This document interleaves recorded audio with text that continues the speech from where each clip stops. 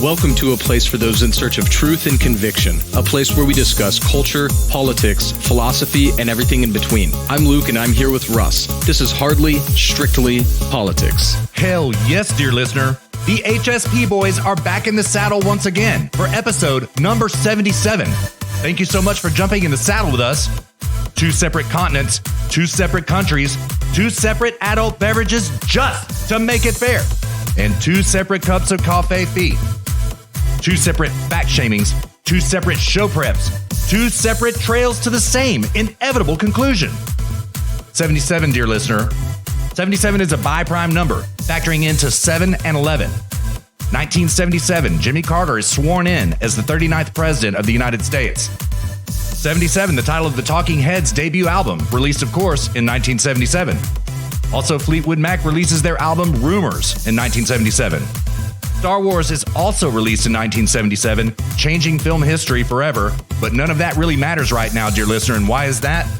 Because the trail grows longer each and every single week, and 77 means that we've got 77 miles to ride on this trail right here, right now, so let's not tarry. Let's saddle up and ride into episode number 77, which is in the house presently. Find us on Facebook and Twitter at Zero Gravity Med. Send us feedback at zero-gravity-media.com. Subscribe to us on Apple Podcasts, Stitcher, SoundCloud, Podbean, and TuneIn, all 5 under Zero Gravity Media. Find us on YouTube, look for Zero Gravity Media and our God tier, Zero G logo. Leave us some feedback using the contact form at our website, zero-gravity-media.com/contact. Each week, Luke and I call out one city. And this city, the magic of this city, is the city with the most HSP listens during the previous week. So without any further ado, the city with the most HSP listens during the previous week is, for the first time ever on this trail and commanding the saddle for the previous week, we have Denison, Texas in the house. Now, Denison, I know your city very well, too. All right. I know it very well. Denison, I know that y'all are a red town indeed, but I just have to wonder, how did y'all find us? And how did y'all blow up like this in 1 week after never being on this trail? I can only assume that the metrics from your fine city are so huge that they have to be somewhat combined with Sherman, your twin city, as well. So it's probably Sherman, Denison, but we don't have any conclusive data on that. But in any case, Denison, Texas and Sherman, Texas, the HSP boys, thank you so much. And you have found the right trail. You believe that. Luke, how you doing this week, brother? What's going on? Good, man. Our Snohomish, Washington listeners are getting jelly over here. I know it, man. Mountain View, too. Yeah. And Ashburn as well. Yeah, Ashburn. Yeah. Mm-hmm. Yep. Denver. Yep. Yeah. Yeah, we got a lot of listens in Denton this week, actually. Did we really? I'll be damned. And also Hockley, Texas. I've never heard of Hockley, Texas. Yeah, I know Hockley. It's right outside of Brenham, going southeast on the way to Houston. I've been there before. I know that town. So yeah. Okay. Yeah. I used to be friends with this Vietnamese brother and sister when I was up in Minnesota working at a Boy Scout camp one summer, and they were going to what university branch is out in Brenham? Is that A&M Brenham or is that UT Brenham? I think it's UT Brenham, but I'm not sure. Yeah, but they were like, yeah, we're going to Brenham. Brenham. Yeah. I was like, yeah, it's Brenham. It's Brenham, bro. Yeah. Cute. I have to say, that's cute. Yeah, indeed. Yeah. Well, dude, run us through the trail map and let's jump right into it. All right, dear listener, here's the trail map right here. Now, before we get into it, let me just lay out some basic qualifications here. Luke and I are a little bit low energy this week, and we can't really account for it other than quarantine, dude. Yeah, quarantine. What it is. It's lockdown, man. I'm going crazy. Yeah, I am too. I need my Irish bar, and I need my gym immediately. Yeah. And I mean, notice Luke's about face on this, dear listener. In 75 and 76, he was talking about how great Corona was. And he said to me on the show, or on the pre-show call before we hit the red button, he was like, listen, yeah, it was great. It was fabulous. I'm over it. I couldn't agree more, dude. I couldn't agree more. Yeah, basically. I mean, yeah. I'm grateful for the impact that it's had in terms of sort of setting a culture change for my work and stuff, but it's like I'm getting to the point now where it's, one of the most impactful things on one's psychology is the concept of self-esteem. Mm-hmm. And you cannot have high self-esteem if you don't do anything. Mm-hmm. So it's like today we literally didn't do anything. And now I feel terrible. It's not that I feel terrible, but it's just like, you can't be happy sitting around the house all day. You have to be productive. Yeah. If you're going to be happy, because to be happy, you have to have self-esteem. So when you're sitting around the house all day, not doing anything, and then it's 8 p.m. and you have this feeling of depression, and, it's just, you can't be happy in doing that. It was particularly frustrating, Russ, because I didn't tell you about this, but we went to one of the few parks that's open nearby here. And we found a tree that I could hang my gymnastics rings on, and we tried to work out, but then both the wind started blowing and our allergies kicked up to the point where it's like my eyes, it looked like I had just smoked a blunt by myself. That's how my eyes look right 10 now minutes, too. Yeah. Yeah. And then we had to leave. So it's like, couldn't even work out. So couldn't even go outside today. It was absolutely miserable. Yeah. And, you probably can hear it in my voice now. My allergies are still going crazy, but yeah, it's just, you have to be productive. It's a psychological. So this thing is, you've probably heard about this, dear listener, a little bit, politicians and whatnot talking about how, there's a mental health aspect. This is concretely what they're referring to is self-esteem, which is derived from being productive and doing things, generating value that, you can, this is why it's so nice to have a beer at the end of the day, so to speak. Right. Because you were productive all day, you put in a bunch of work, and now you've earned it. You're sitting, now it's time you can actually enjoy your downtime. When all you have is downtime, there's no counterpoint to that, which allows you to enjoy it all. Yeah. Yeah. And that's what this lockdown is becoming I know for myself, again, where I think we're 2 weeks ahead of the United States. So we've been on lockdown for a month now. And it's just, dude, it's driving me nuts. It's like, I need my gym open. I need, I'm still productive with work. So that's good. But it's like this Easter holiday, we've got Friday and Monday off. It's just, dude, it's becoming maddening. It really is becoming maddening. It's like, this is what it must feel like to be in jail or something. Right. Hell, inmates are probably more productive than this right now. Probably. Yeah. They're going exercising, playing little b-ball, yeah, shanking some dude, and then, going to dinner. Yeah. Yeah. So. Yeah. Ditto here, man. It's the exact same thing. I'm drinking way too much now because what else you going to do except drink? You know what I mean? So that means I'm drinking by myself. I'm drinking without reward. I have been very productive at work, but there is a social interaction aspect to work too, of which we are all completely deprived. And yeah, man. And I don't know, man. I want to see my parents. Last night I was just fraught with despair because, dude, I just wanted to go to a bar, right? I just wanted to go to a bar for a minute, right? Have one drink, just go to a bar, right? There are no bars. You can't go to a bar. So I don't know, man. Yeah. I suppose what I'm going to do is start trying to, put on my mask and gloves and my hazmat gear and take a walk every day, or I don't know, dude, but I'm right there with you. It's driving me crazy, dude. It's driving me crazy. Dude, quick aside. So it was actually really funny when Jessica and I, when we went and did tried to do a rings workout, but when we went there, this is Jessica's first time coming with me to do a rings workout. And sort of, if you're going to do a gymnastics rings workout, the introductory move is what's called a support hold, which is your arms are locked out and you're just in the dip position and you're just holding yourself up with your arms locked out as if you're going to do a dip, right? Mm-hmm, mm-hmm. So your rings are at your side, you kind of hop up and then you just hold yourself there.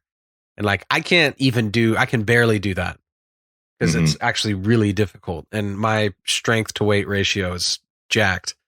I'm really strong, but I'm also really heavy, So anyway, so Jessica, she's gonna, so I was like, okay, this is the support hold. This is sort of everything is built off of this, So she just hops up there, goes into a support hold, no problem. Shut up. I'm like, what? Yeah, I swear to God, dude. I was like, what the hell? How does that work? Yeah. I was like, oh, let me hold you. Oh, I'll help you. And she was like, no, let me just try. And I was like, okay. And she just, boom, support hold. Dang. She's just holding herself up on the rings, just like that. That's a pisser, isn't it? Yeah, that's a pisser. Yeah. It's like, dude, I've been, training, lifting weights for like 20 years, off and on, but mostly on. Yeah. I just got a message from our boy that says Happy Easter. Oh, nice. All right. Yeah. Yeah. And, yeah, dude, I was just shocked. I was blown away. I was like, holy crap. Yeah. Like, so yeah, her strength to weight ratio is like, Jessica's not strong, but her strength to weight ratio is like off the charts. Yeah. Apparently. Right. That's a cool story, man. That really is. It kind of chaps my ass in a strange way. I'm not kidding. Why is that?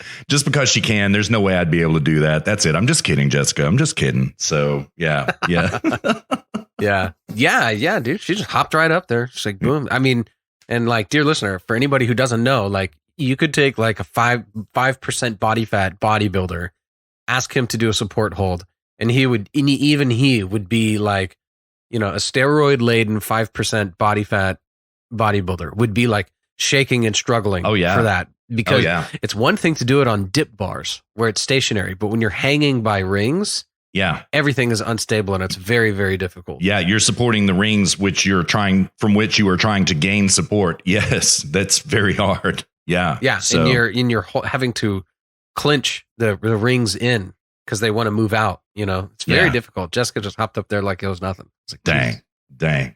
Yeah. Dang. Well, I'm impressed. Truly, I am. Tell her so, please. I'm truly impressed. So, yeah. So, my wife is stronger than me in at least one sense. Yeah.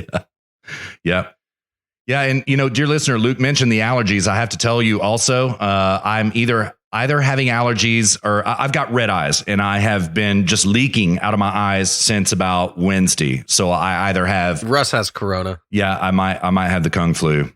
Yeah, I might have the KungFlu. And I'm not Dude, I sick. think you're positive, man. Man, I think I'm positive too. And who would have ever thought, man? I mean, who would have ever thought? But... I'm pretty much asymptomatic, except for that one night I got really sick in the previous week. And since then, I've just had this eye thing going on. And a certain dear listener told me about the fact that there are people who are KungFlu positive who only have symptoms of red eyes and leaky eyes. And dang. Maybe, dude, like maybe you have cataracts. No, I don't have cataracts. I know what those are. It's not that. But, this is going to be a challenging show because I've got some shit I've got to read, and dang, I can barely keep my eyes open, man. And it's not from fatigue. It's physically, I can barely keep my eyes open right now. So, is what it is. But we're going to soldier through it, dear listener. We're going to soldier through it. So, that's exactly what I was about to say. Yeah.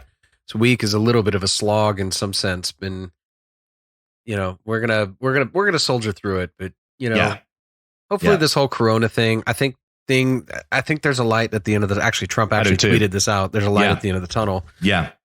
Like I said, I think that the United States is probably going to use a country like Germany as a sort of signpost as to what to do, because our curve is flattening right now. Yeah, it is. Yeah. Got to flatten the curve, bro. If I hear that one more time, I'm going to jump out a window, bro. Flatten the curve. Yeah. Mm-hmm. Flatten that curve. Oh my God. Yeah. Hashtag flatten that curve. Yeah, man. So, yep. But as bad as the planking meme from 2010 or whatever that was. Right. Yeah, I know, dude. God, I know. So, yep. Yeah, I can't. Maybe we should talk about this later, but something else has really been annoying me. And this is, I've come to this conclusion through talking to Dan a little bit, but this whole concept of essential. Oh, and by the way, we're starting the show off segment 1. We're starting it off with Corona. Yeah. So Yeah. Should I lay out the trail map real quick? Should I do that real fast? Yeah, do the trail map and let's jump into it, dude. All right, dear listener, we are here for you. You have motivated us, and we are here for you. Thank you so much for listening during the previous week. We had an awesome week together. Luke and I are going to take it this way. We're going to do two segments, one audio break. Segment one goes thus: the KungFlu. We're going to talk a little bit about Texas. We're going to talk a little bit about Bernie in the absolute state of the Democrat Party right now. We're going to take an audio break, and we're going to play William Barr's interview with Laura Ingraham this week in its entirety, because it is the most important thing that happened this week. We're going to come back into audio break, or to segment two. We're going to talk about Spygate.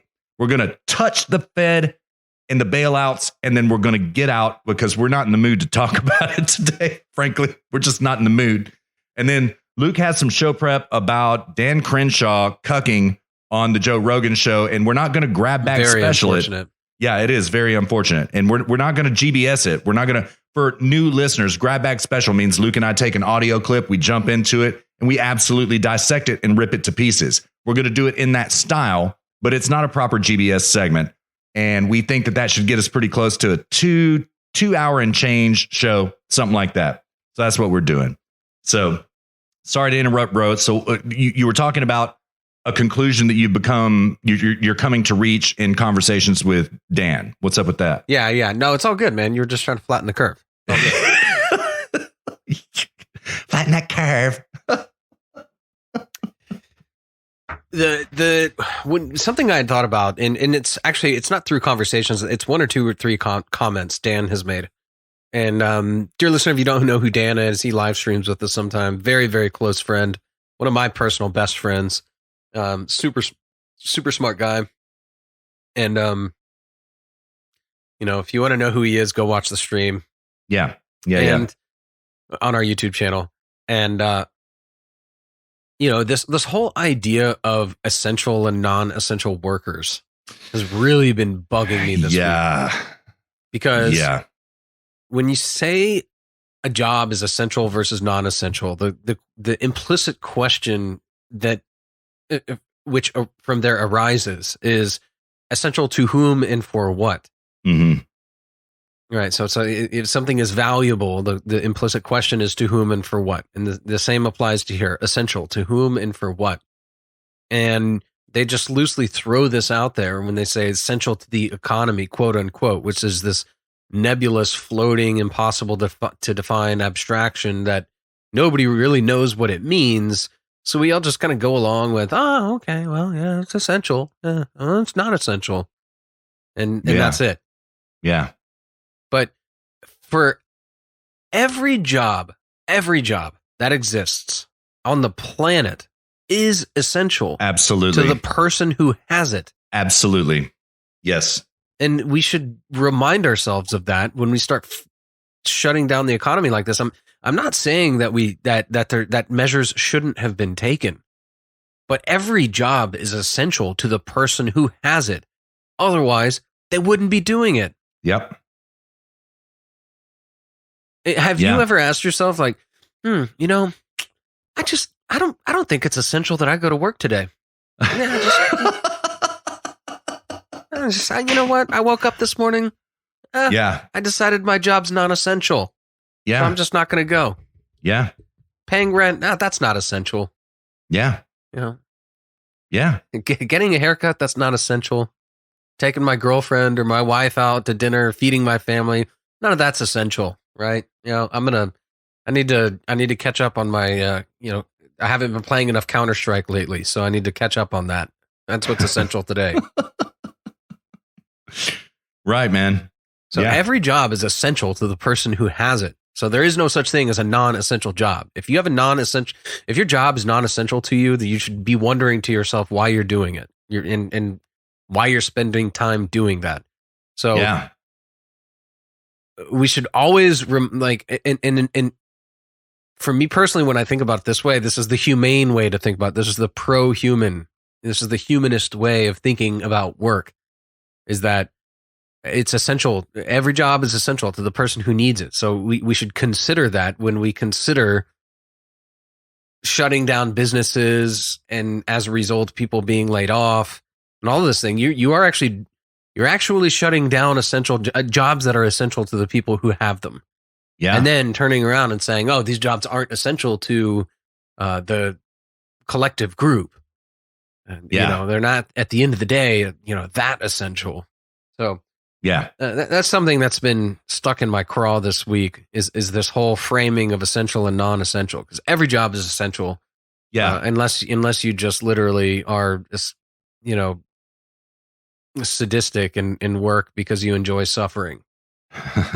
yeah. And in which case, those are probably the people that are deemed essential. Exactly. Yeah, I've been grappling with this issue as well because, you know, they shut down, my county shut down in the state of Texas 3 weeks ago, and I was deemed essential, right? So all of my coworkers had to go, right? But I had to remain. And so I was essential, right?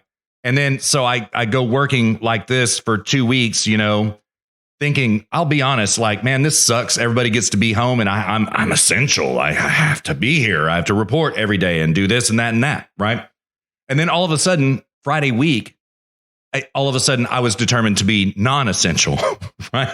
So I got demoted, Luke. I got demoted, man, from essential down to non-essential. It's been painful. Yeah, it's like one of those painful. advertisements. Yeah. Like, see how this man went from essential to non-essential with this one simple hack. Yeah.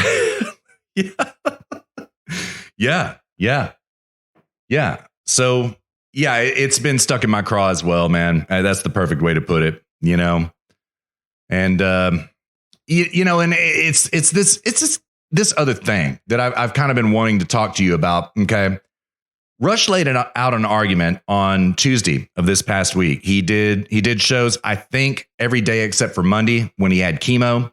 And he laid out this argument about how basically Doctors Birx and Fauci have the country on lockdown by their own will. And they're not elected. Nobody cares anything about them. Nobody has entrusted them publicly with any trust. The people certainly have not, right? And I was like, when Rush was saying it, I was like, and he actually put it really funny. He called it Team Scarf versus the president, because Dr. Birx wears these frankly gaudy scarves, right? Every day to these press conferences every day. I mean, they're atrocious, absolutely atrocious, right? And I got to thinking about it. I was like, man, Rush, come on. You know, don't be extreme on this, you know. It's not like that, you know, because I at that point in time was trusting Birx and Fauci.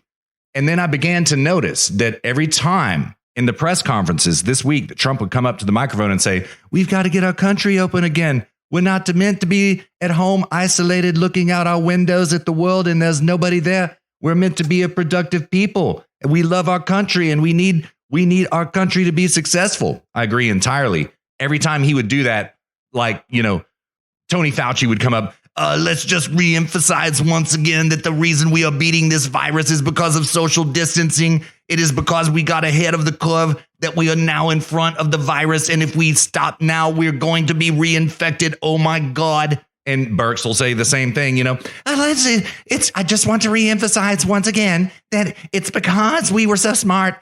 Me and Dr. Fauci were so smart to shut down the country, and we kept everybody socially distanced and taught you how to wash your hands and how to sanitize your hands, that we are now starting to beat this virus, and we cannot stop now. And I all of a sudden saw the point, bro. I was like, damn, it's absolutely true. There's an internecine war going on between these. You know what? Don't believe me. Here, Luke, I've got about a minute of audio. Are you down for it? It's Dr. Fauci from this morning. You want to hear this? Yeah, I definitely have thoughts on this, but let's listen to the audio. All right, here we go. The New York Times reported yesterday that you and other top officials wanted to recommend social and physical distancing guidelines to President Trump as far back as the third week of February. But the administration didn't announce such guidelines to the American public until March 16th, almost a month later. Why? You know, Jake, as I've said many times, we look at it from a pure health standpoint. We make a recommendation.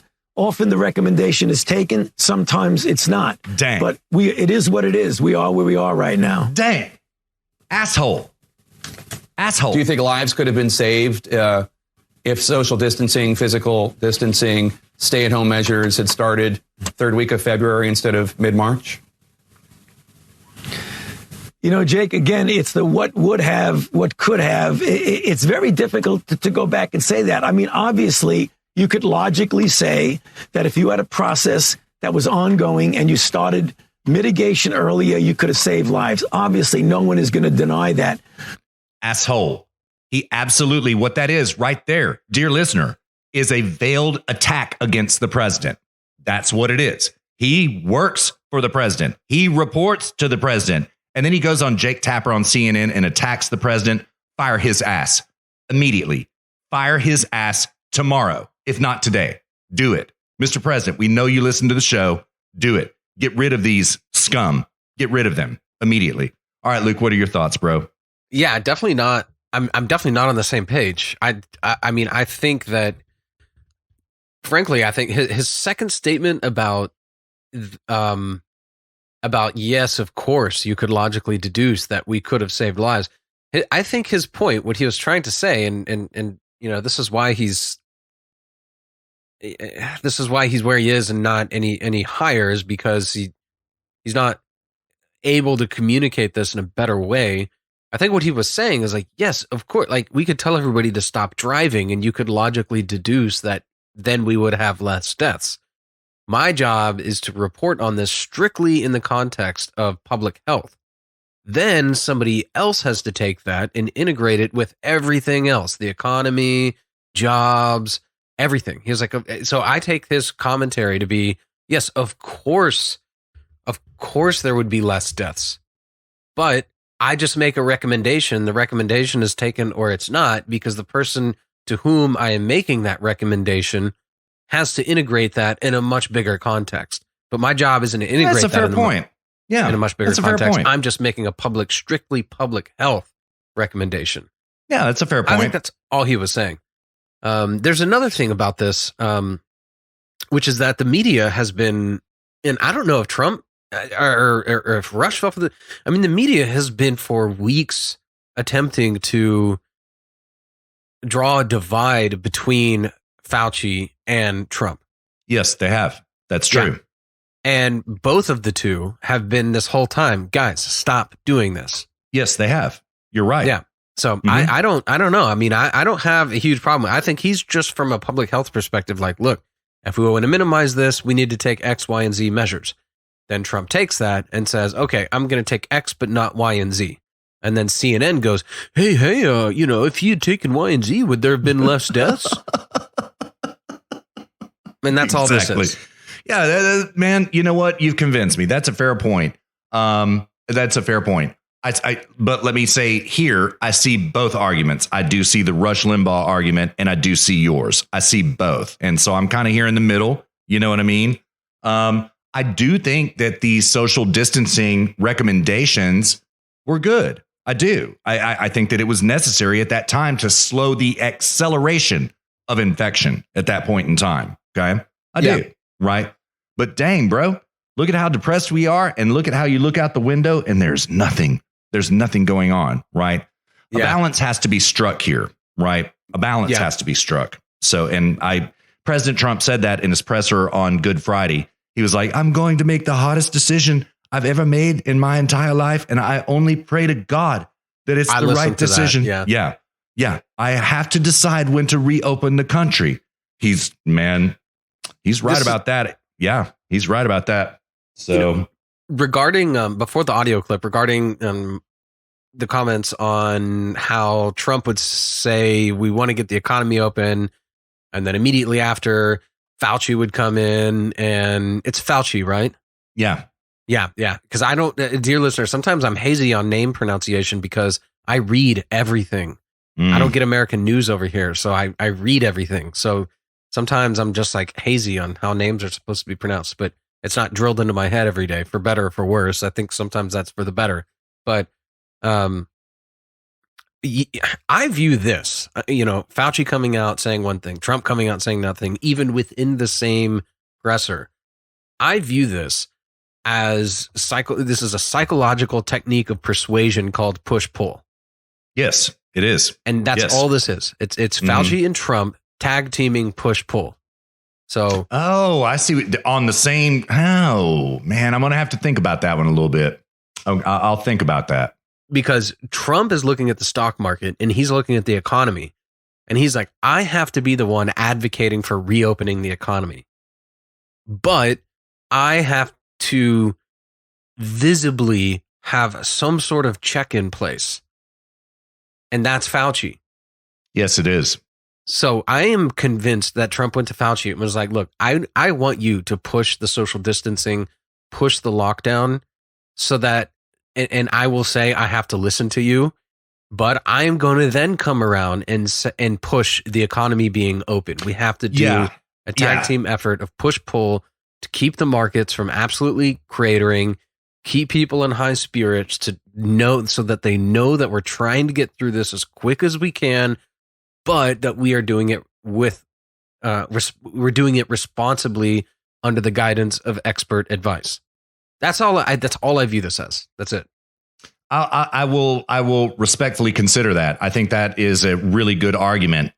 It has always been my opinion since the very beginning that Fauci is there for optics and nothing else. Okay. Now, whether or not they're on the same team and they're doing psychological push-pull, I'll think about that. But you make a really good argument for it. You do. So, yeah. When you say you think that he's been there for optics, what do you mean by that exactly? I mean, I think I do, but I don't want to operate on assumptions here. Exactly what you just described, right? Like Trump cannot take the fall for being the one calling health decisions. He's not a doctor, right? He's not.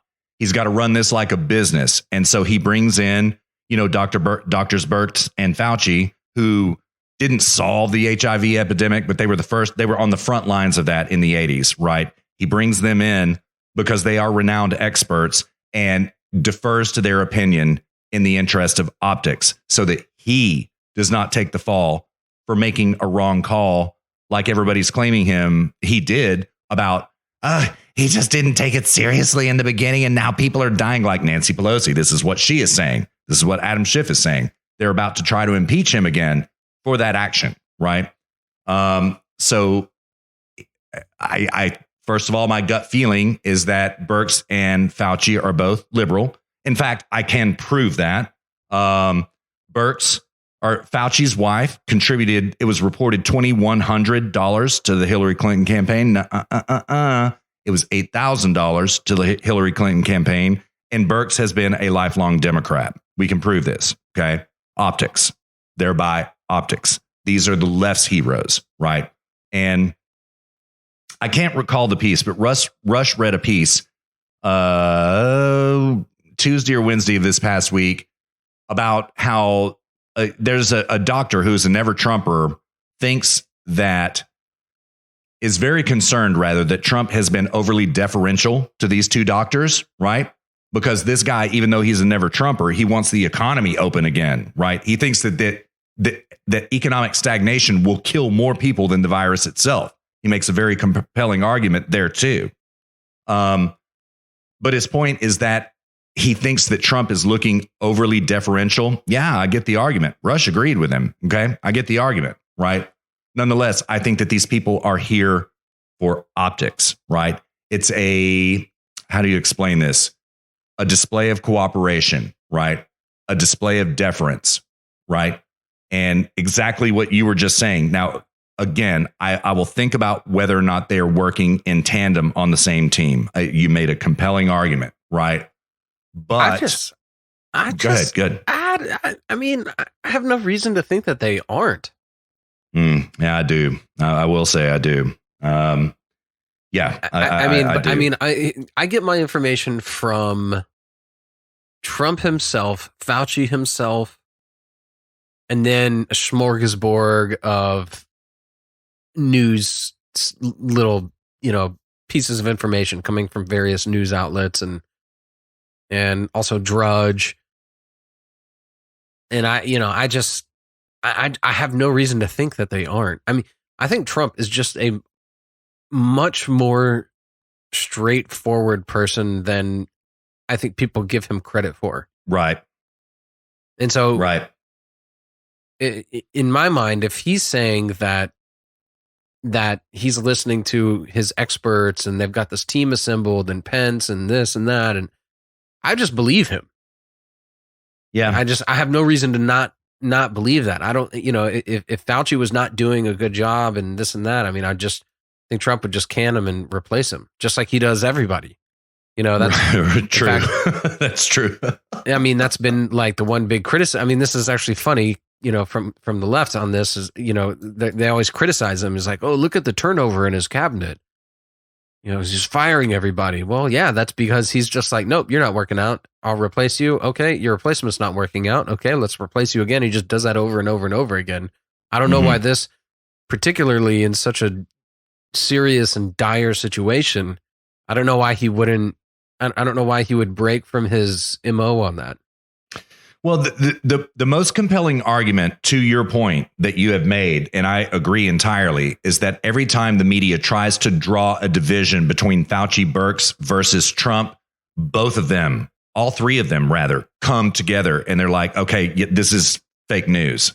And yeah, it's a very compelling argument. They do. That's exactly what they do. They fall in line in every press conference in which it's necessary.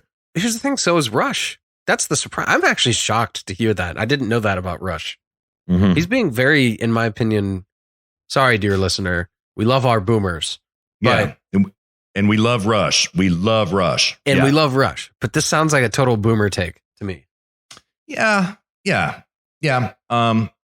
Well, as I told you, when I first started hearing this, I found it divisive until, I don't know, I observed my own lying eyes, So, yeah, time will tell. Upon this we can agree, time will tell. You know what I mean? But,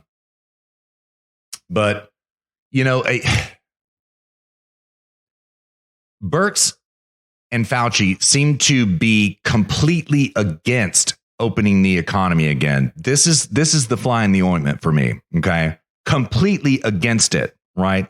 And I happen to see Trump's point, Rush's point, in fact, that, my God, we can't go 18 months like this. We can't do it or this nation dies. Every nation dies. Every nation. Right. It will be a rebuild of a world economy, the likes of which the world has never seen. And socialist overthrow is eminently possible in any nation at that point in time. One world government is entirely possible if we let it go too long. You know what I mean? What I mean? Yeah. Mm-hmm. So I just wish they would entertain the notion once about, we got to get the economy open, but right now we need everybody staying in their houses and washing their hands. That's it. I wish they would just give at least lip service to the fact that people's lives and well-beings are just as important as virus protection. Do you understand what I'm saying? Yeah, for sure. But that's not their job. Their job is to consult, basically, in the narrow context of public health. True. That's true. So when they're coming at it from a strictly public health perspective, their job is not to think about opening the economy. They shouldn't even be thinking about that. They should be thinking about minimizing the impact of this and flattening the curve. Mm-hmm. So I would be, in my opinion, if they were uttering the words opening the economy, they're stepping outside of their lane. I agree with you too. I totally agree. Actually, I just wish that they would acknowledge that the economy is personal well-being. I understand that they're in the business of health, right? And they're in the business of pharmacology, physiology, anatomy, medicine, these things. I totally get it, right? All of these things have been curiously integrated in the threat of this virus, right? And, we see a spike in suicide rates happening right now. Undeniable spike, right? It's because economic hopelessness is contrary to the public health. Yeah. You know what I mean? Yeah. Mm-hmm. Yeah, totally. And this is then therefore Pence and Trump and a few other, I think other people. I don't know I don't know exactly who all's a part of this team, but this is then their job is to integrate that. Be like, guys, we have more suicides as a result of the economic lockdown than we do coronavirus. So now the lockdown itself has become a public health issue. Right. That's now exactly. Yeah, I exactly agree. Yeah. Now greater. Now then the job of Fauci and Homegirl would be to come back and say, yeah, but if you take off the lockdown, then the disease is going to spread like crazy again, and then it's going to become the bigger public health. So this is they have to do this privately amongst themselves, and have this back and forth. And then when they come out, they have to at once present a unified front. And this is where it becomes difficult. They have to present a unified front while also trying to communicate to the American people that the end goal of this is to open the economy back up. And I think this is where the push-pull comes in. Yes. Okay. I totally get you now. Okay. Yeah. I agree with that. Yeah. Because the moment that Fauci and Homegirl, what the hell is her name? Deborah Birx, BIRX. Yeah. Like, the moment that they're like, yeah, we want to open the economy back up. Boom. CNN the next hour is going to say, oh, Trump has gotten in the minds of Fauci and Birx. That's such a great point. You're absolutely correct. So I think Trump is trying to draw a very clear, he is really trying to bifurcate the two conversations, and they can have all their back and forth in behind closed doors, but like when they come out there, it's like Trump and Pence and that crew, they're talking about opening up the economy as quickly as possible. The Birx and Fauci, they're talking about public health, and they're bifurcated and not to be mixed, because that's what CNN and all these other news outlets want. They want it to be jumbled and mixed and difficult to understand so they can jump all over everybody. And you said this, but you said that. I think they have all these conversations behind closed doors, come to a common understanding, and then come out and present a unified front, but bifurcated into two different conversations. Yeah, dude, I totally agree. That's a great argument. Yeah, I totally agree. So, yeah. Even though I thought Tony Fauci was a little bit shitty toward the president in that clip that we listened to. I know that you don't see it that way. Whether or not you see it that way and I see it that way, I agree with your argument entirely. I totally agree. So, yeah. And well done, by the way. So, yeah. I don't know. I'm not worried about it. I just want these next few weeks to get the hell over with. And done. Yeah, man. I just want a haircut, man. I just want to, excuse me, dear listener. I just want to go to a bar again, Yeah. Oh, by the way, I think I remembered the scene, but I couldn't find it on YouTube. The scene of the shaving, the haircut. So it wasn't Shane in Walking Dead, you don't think? No. Okay. What was it? I think, and I couldn't find it, so I can't say this for sure. I think it was not a haircut. I think it was a shaving scene. And by the way, dear listener, we're hearkening back to, was it last week or the week before? Actually, I think it may have been. It was. It was 75 actually 2 weeks back. Yeah. Mm-hmm. Where it was like we were talking about how it's like 3 weeks into quarantine. You've got like a dark backdrop and blue lights, and you're staring into the mirror as if you're Private Pile. Shaving your head, gritting your teeth, sort of thing. But I think I remember the scene. I think it was when Harrison Ford is shaving in The Fugitive. Oh, dang. Yeah. I think you're right. Now that you say that, I see that scene clearly. Yeah, I think you may be right. I don't think it's like blue light, backlit and dark or anything, but it's definitely that sort of serious, like, I've got to shave. This is it. Yeah. This is going to save my life. Shaving. Yeah. I think you may be right, man. I think you may be right. Yeah.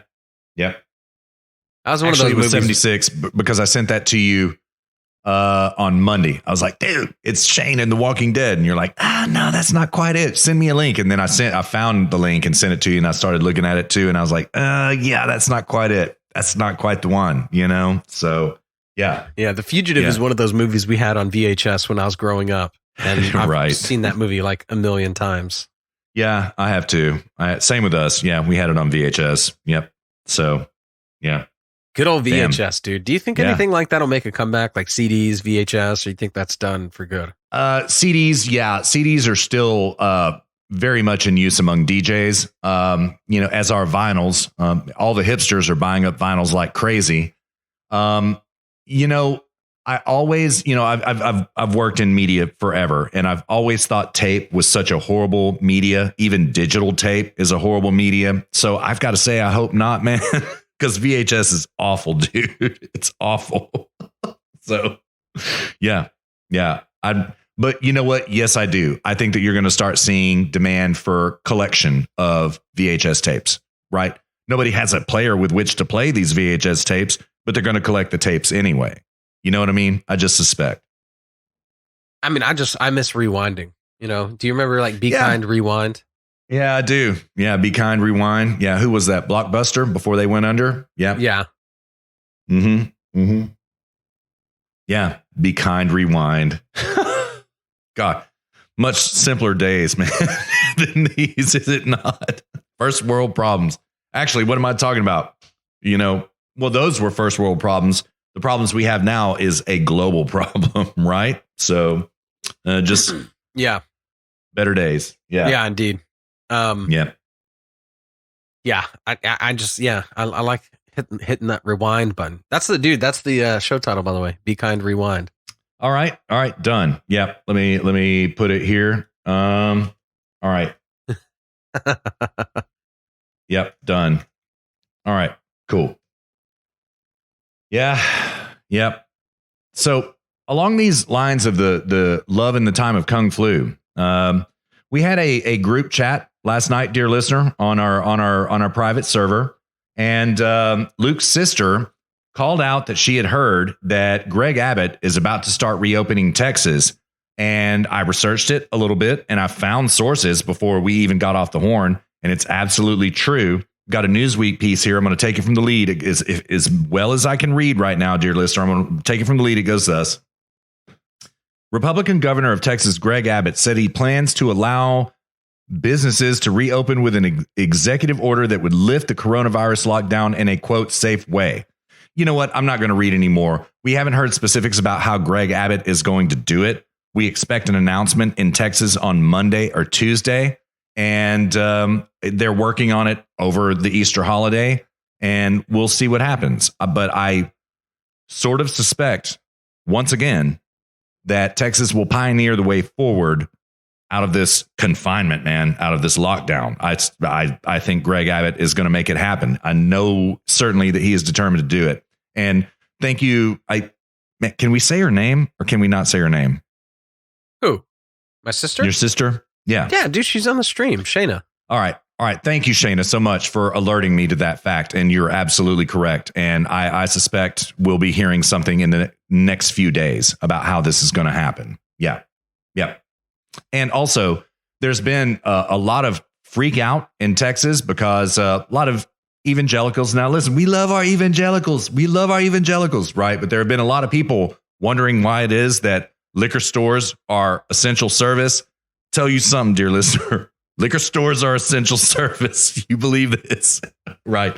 So there was talk among Texans about putting pressure on Greg Abbott to close down liquor stores as non-essential. I think that's now absolutely out of the water. That's never going to happen now that we're looking at reopening the state, which if we can do it safely and not become, Louisiana or New York or something like that, if we can do it that way and not get everybody sick, I think it's the right thing to do. What do you think?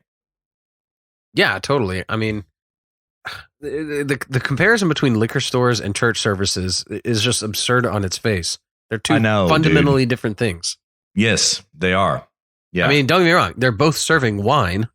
Right. But they're just totally different things. It's a store versus a mass gathering of people, which is exactly what we're supposed to be avoiding right now. Right. Under that logic, then you would have to shut down grocery stores and any other store. Absolutely. So their contention is what it is that the store is selling. That's their contention. Yeah, it is. Exactly so. Yeah.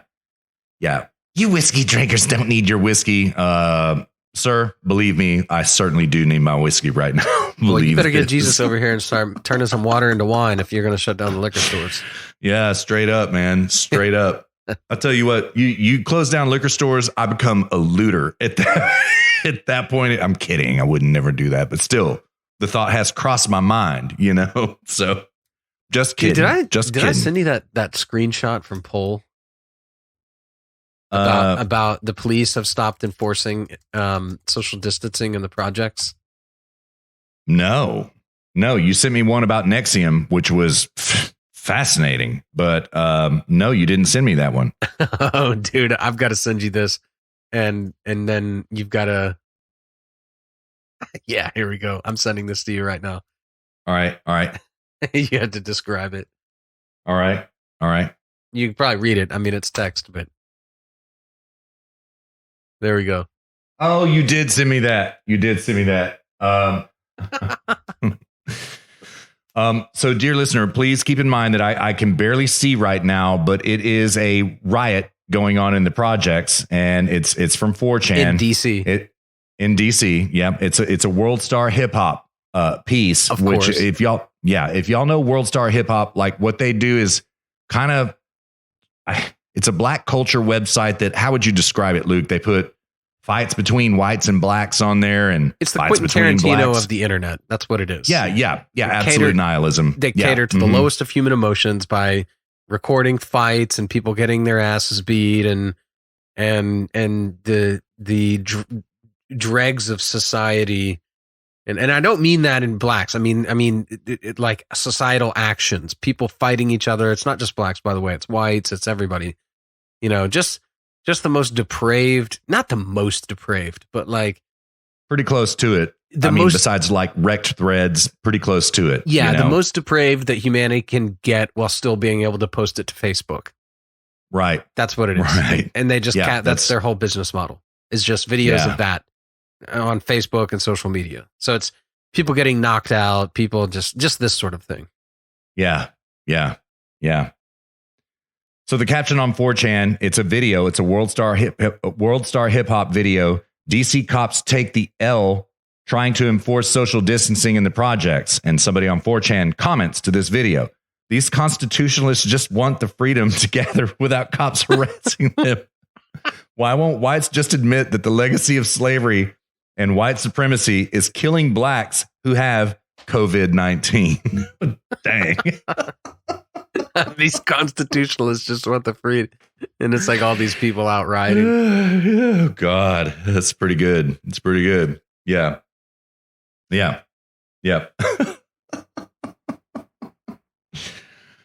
Oh, my goodness. Edgy. Oh, my goodness. That's edgy. Man, that's edgy for HSP, I have to say.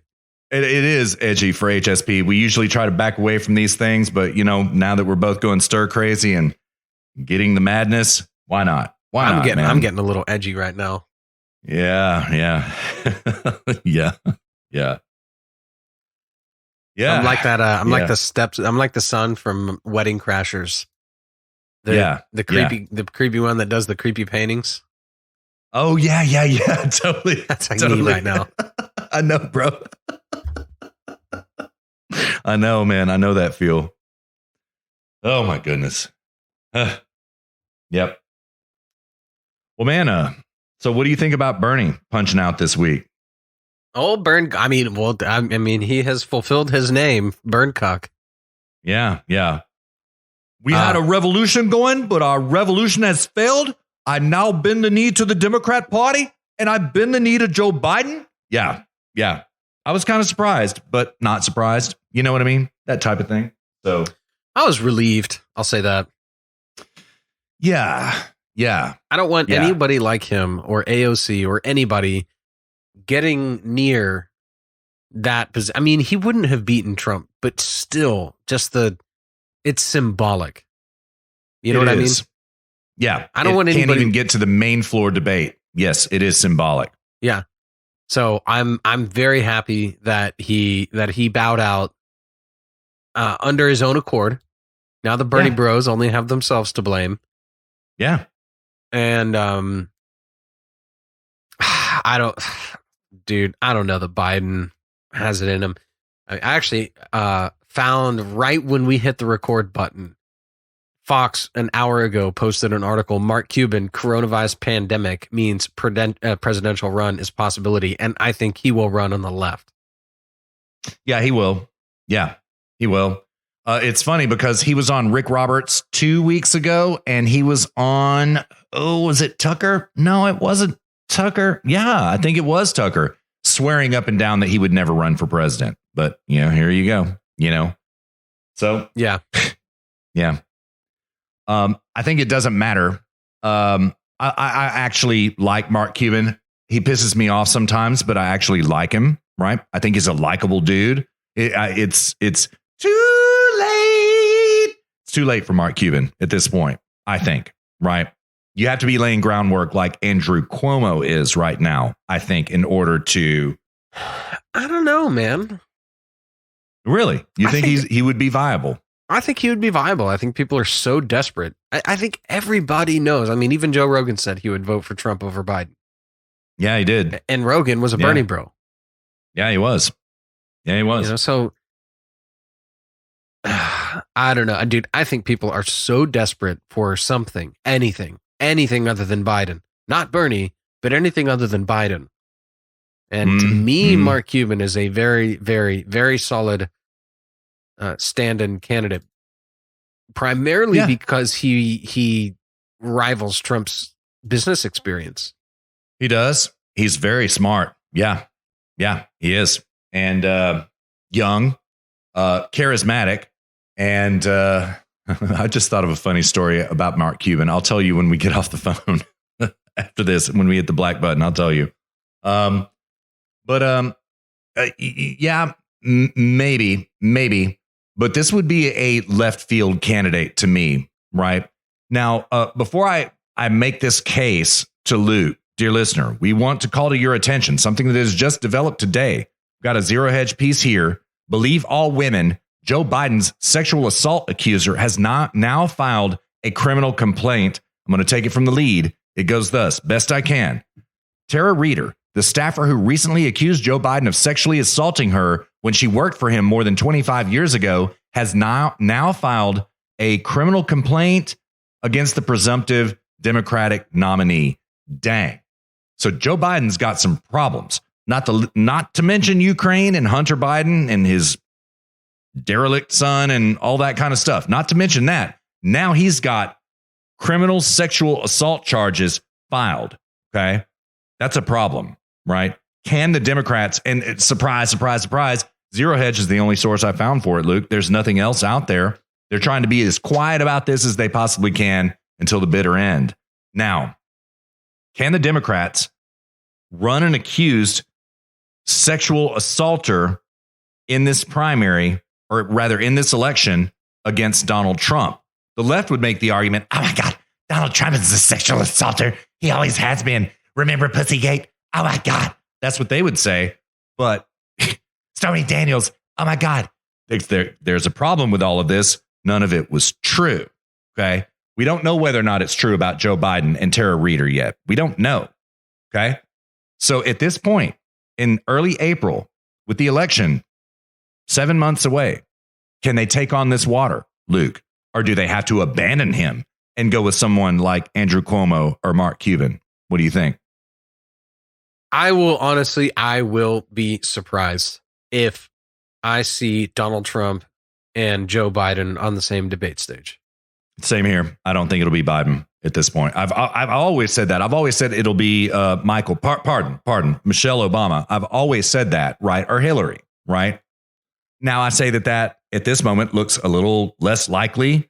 It has to be an expendable candidate because as things exist right now, and there are many catalysts happening, anything can change. I don't see any way. Well, let me not say that. This is Trump's election to win or lose at this moment. So they have to have an expendable candidate to run against him in that case. It's just my opinion. What do you think? Yeah, I agree. Again, I'll be surprised if they actually run Joe Biden. If they do, it's going to be a catastrophic mistake and he's going to fail miserably and lose. And the Democrat Party is going to be an embarrassment for them. It's going to be an embarrassment on their record. And not to mention the potential down ballot effects if you throw Joe Biden up there, who is now accused of sexual assault, and there are grisly details involved in this accusation, dear listener. We're not going to get into them. They're simply too grisly for these hallowed halls, right? Yeah. Not to mention Ukraine and Hunter Biden and all of that.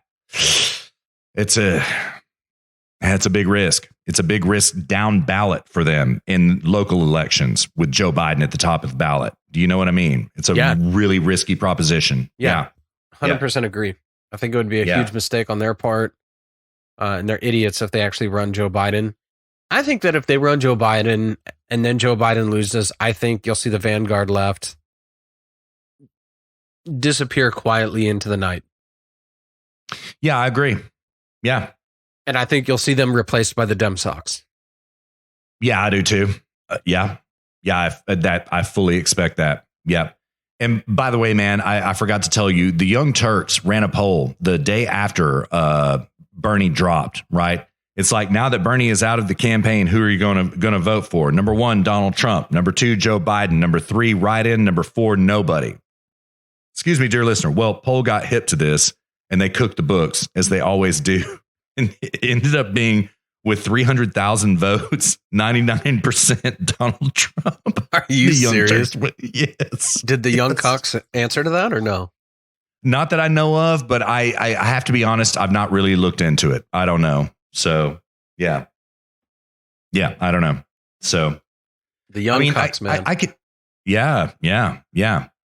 You know, I will say this, Luke, just in my cursory observation of it, I haven't really thought about it very much. I didn't know about Mark Cuban until we hit the red button, until you just said it. I don't think that Andrew Cuomo can get the Bernie bro vote. I don't think he can at all. And that is a mighty force. The Bernie bro force is very mighty. And I know that Mark Cuban can't get it. He is an out and out capitalist. He's a little bit left of center, but he is a capitalist. Bottom line, right? He will not. Yeah, he'll probably get the Bernie bro. I mean, he probably won't get the Bernie bro vote. Yeah, but he could get it. He could get the rest of the vote on the left. That's 100% for sure. Yeah, he could. Yeah.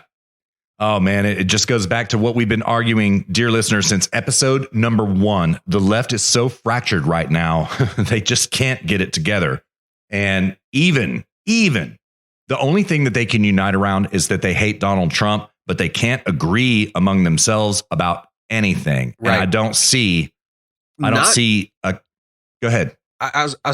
No. You finish your sentence. Sorry, I don't want to interrupt. I was going to say I don't see anything out there that can unite them in the force of a personality other than Michelle Obama. That's it. That's all I can see. Yeah. Go on. Their problem is that being, and this is what I was going to say a minute ago. Their problem is that being against Trump is not an idea. That's not. This is why Bernie is, to the extent that he has influence on the left, is the extent to which he is offering a positive vision. We've talked about this so many show after show after show for weeks, probably since show number 1.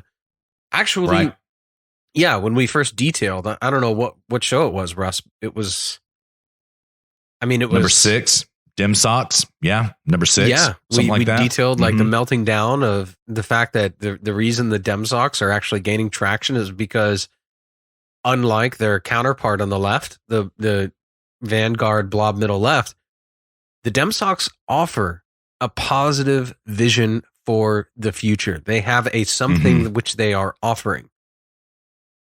The vanguard left, they're not offering anything. They're offering not Trump. They're offering a negative. They're offering an absence of something. That does not inspire people to vote. That does not inspire people to become excited for your vision of the future, because there's nothing for which to be excited, because you have no vision for the future. Your vision for the future is not Trump. Exactly it. Yeah. So what is there to be excited? Like, for what is there to be excited? There's nothing. Yeah. Nothing. That's how Barack Obama won in 2008. Hope and change. Hope and change. I almost said hope and change. Yeah. Sorry. Yeah. And his whole "Yes, we can" speech and all this. Yeah. All of that was offering a positive. This is our vision. We're moving. We're changing. We're doing things. And this is what we're doing. They weren't focused on their opponent. They were focused on their vision for the future.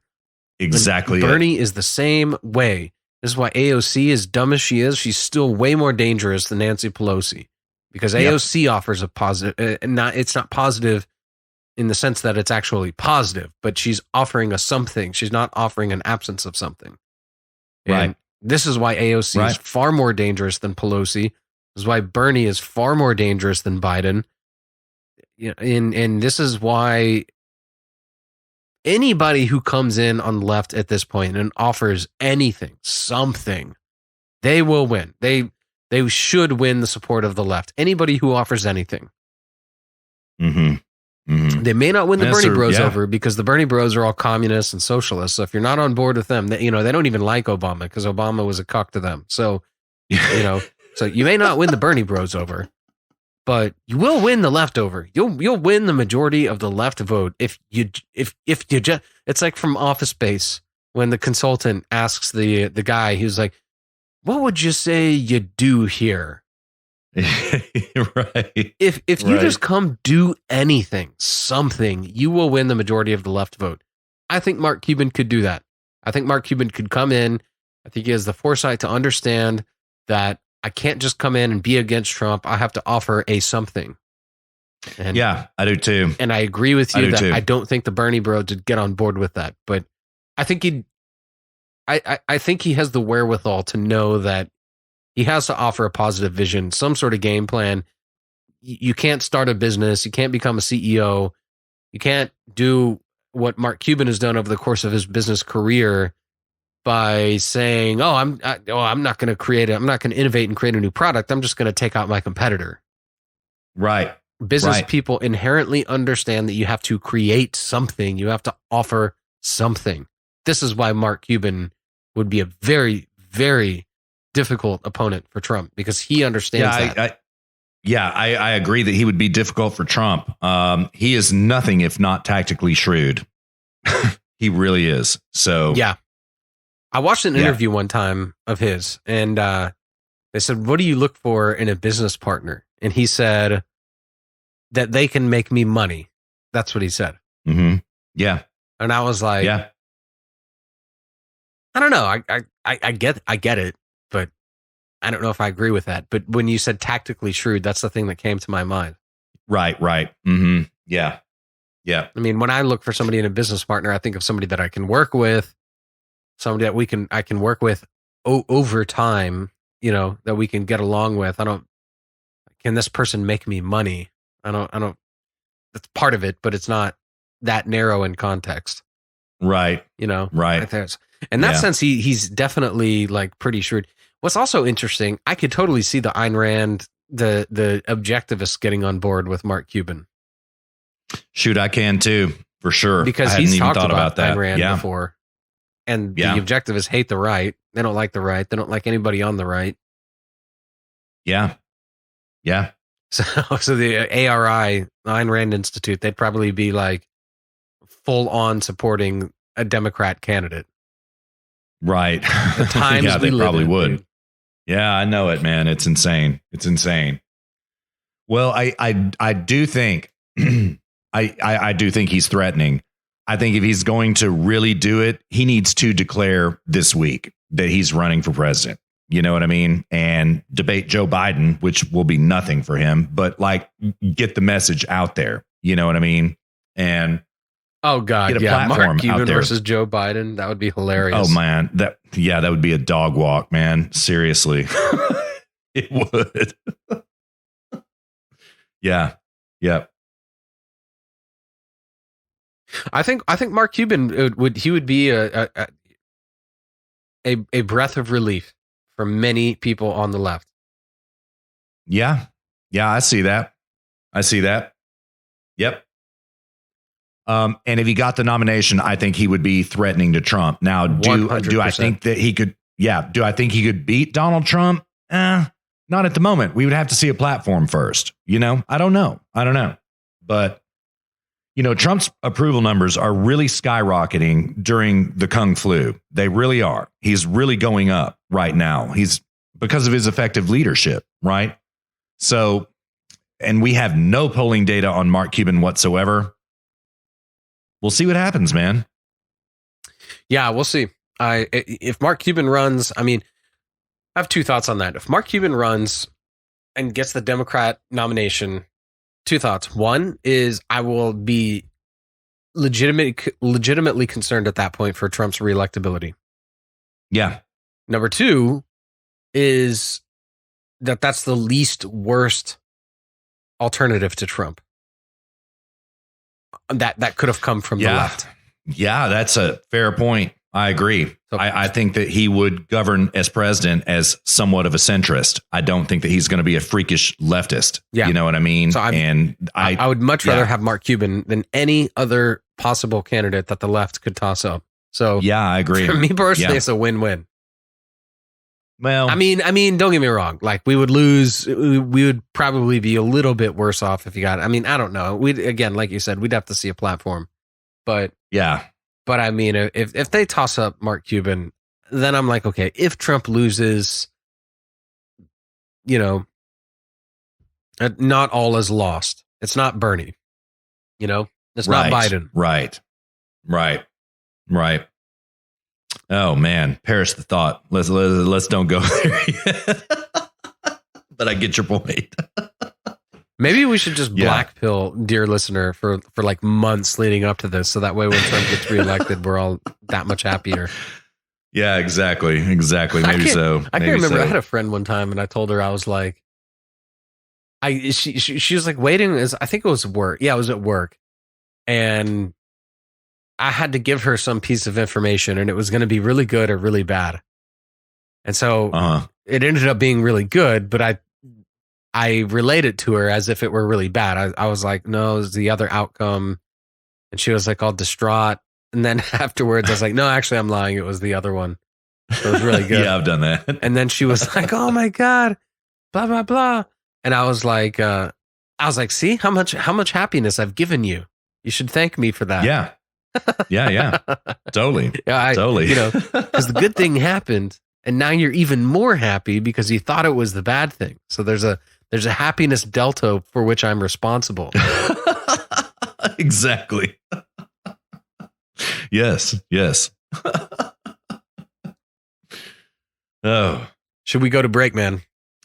Yeah, I was just going to ask you the same. Let's go ahead and do it. And dear listener, we are halfway down a 77 mile long trail. Thank you so much for riding along with us. We hope you're having as much fun as Luke and I are. Luke, I'm much more white-pilled than I was when we hit the red button. How about yourself, man? I'm having a good time. Yeah, likewise, dude. I totally agree. Right. And dear listener, before we go to break, don't forget to subscribe to us on Facebook at Zero Gravity Med, Twitter at Zero Gravity Med. You can find me on Twitter. You can find Russ on Twitter. You can find the Shoe Bros on Twitter. So like us on Facebook, like us on Twitter. Go subscribe to our YouTube channel. Just search Zero Gravity Media. You'll see our content there. And also on Stitcher, iTunes, SoundCloud, all under Zero Gravity Med. Don't forget to follow us. We would very much appreciate it. Indeed. Thank you so much, dear listener. All right. What we've got for audio break for you right now is what I view as the most important thing that happened this week. And I think probably Luke will too. Luke, this is about 7 minutes. You can we do a short one? You got 7 minutes? Dude. Can you make that? All right. Yeah, I got that. All right, very well. It is William Barr's interview with Laura Ingraham that happened on Wednesday night of this week. And that's going to take us straight into the segment 2, where we're going to talk about Spygate. Dear listener, every single word that William Barr says right now is critical. Every word. If you've already seen it, listen to it again. Put a bookmark in this podcast right now. Listen to this twice. It is absolutely crucial. Thank you so much for riding along with us. Luke and I will be back at you before you know it.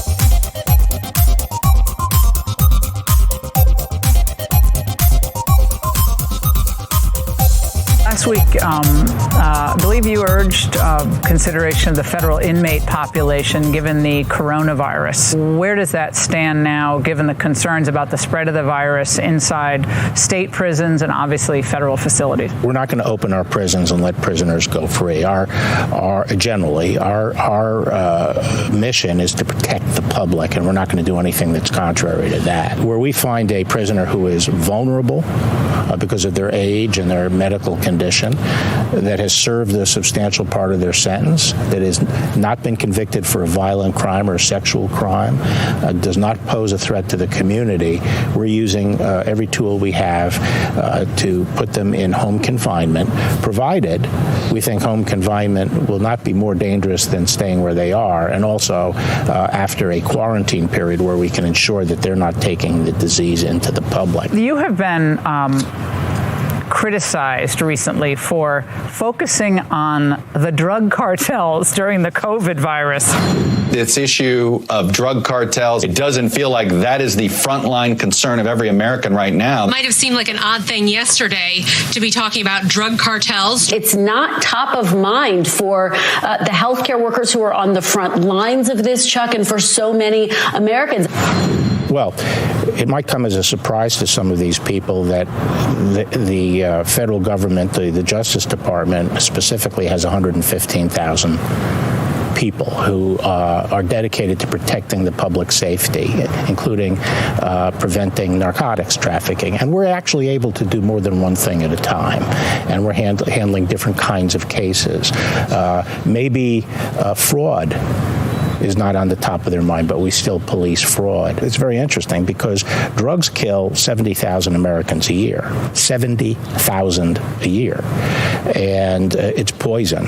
And we have to make sure that during this period, the cartels are not taking advantage of the United States and pumping this poison up into the United States. And the border's getting tougher to penetrate now, and so they're coming in via boat and navigable waterways to get into the United States. Right, and they're relying more on boats to bring the cocaine up from South America up for further transportation into the United States.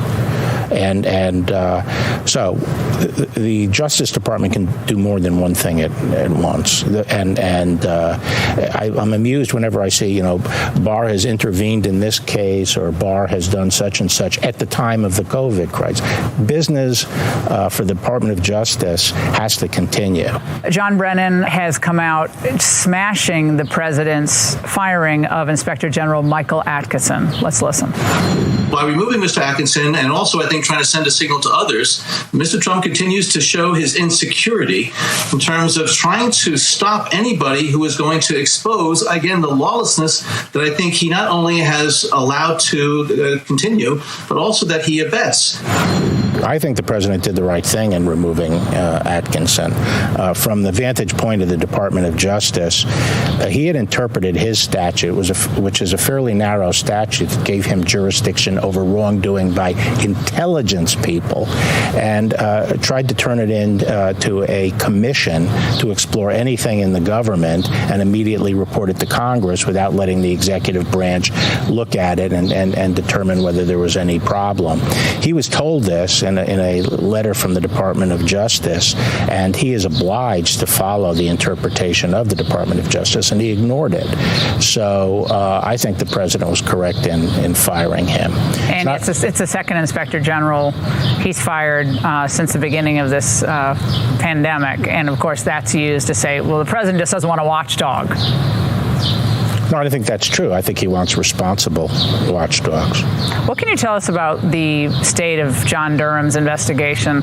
People have been waiting for the final report on what happened with this. What can you tell us? Well, I think a report, may be and probably will be a byproduct of his activity, but his primary focus isn't to prepare a report. He is looking to bring to justice people who were engaged in abuses if he can show that they were criminal violations, and that's what the the focus is on. And as you know, being a lawyer yourself, building these cases, especially the sprawling case we have between us that went on for 2 or 3 years here, it takes some time. It takes some time to build the case. So he's diligently pursuing it. My own view is that the evidence shows that we're not dealing with just mistakes or sloppiness. There was something far more troubling here, and we're going to get to the bottom of it. And if people broke the law, and we can establish that with the evidence, they will be prosecuted. The president is very frustrated. I think you obviously know that about Andrew McCabe. He believes that people like McCabe and others just were able to basically flout laws, and so far with impunity. I think the president has every right to be frustrated, because I think what happened to him was one of the greatest travesties in American history. Without any basis, they started this investigation of his campaign. And even more concerning, actually, is what happened after the campaign, a whole pattern of events while he was president. To sabotage the presidency. And I think that, or at least had the effect of sabotaging the presidency.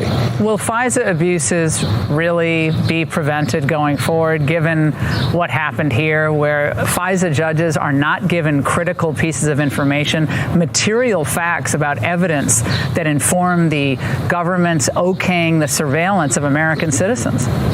I think it's possible to put in a regime that would make it very hard either to willfully circumvent FISA or to do so sloppily without due regard for the rights of the American person involved, and also to make it very clear that any misconduct will be discovered, and discovered fairly promptly.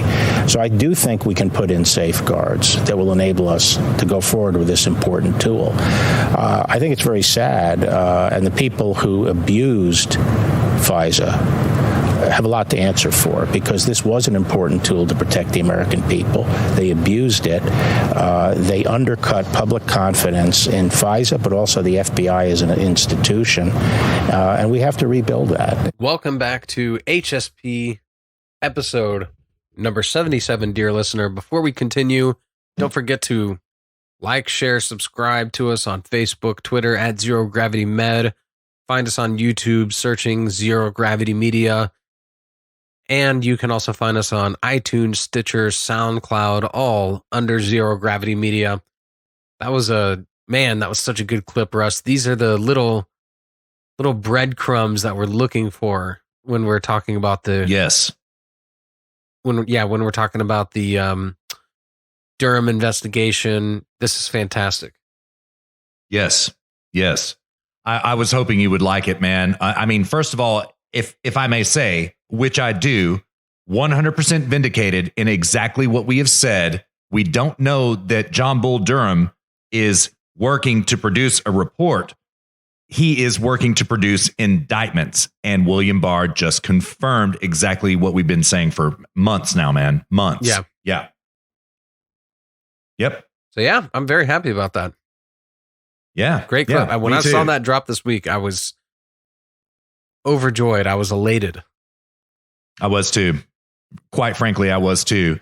And there was a moment where William Barr came to one of the pressers this week, and Donald Trump asked Dr. Birx a question like, after we're no longer under social distancing and all of these reporters can flood the front row again, do you think they'll start being nice to me again? And Trump looks at William Barr, and William Barr goes, it was, dude.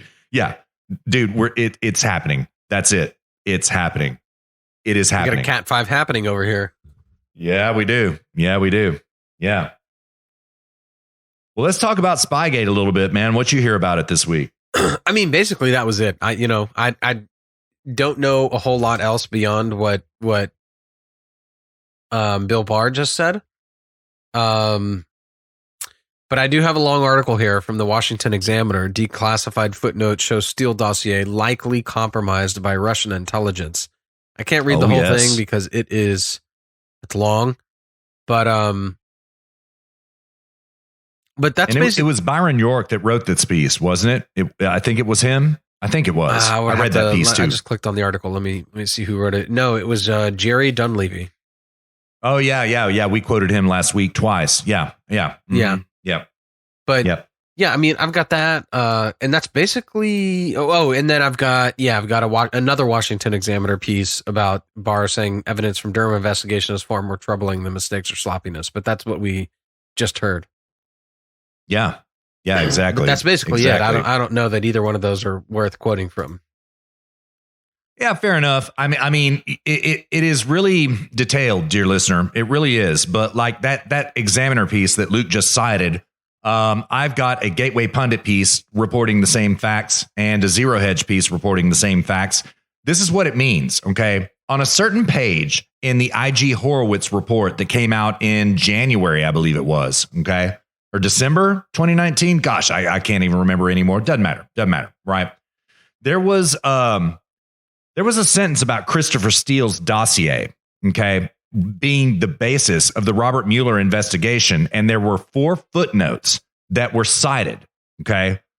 Well, Chuck Grassley and another senator petitioned William Barr. They wrote him a letter when the IG Horowitz report dropped. And they were like, these footnotes are redacted.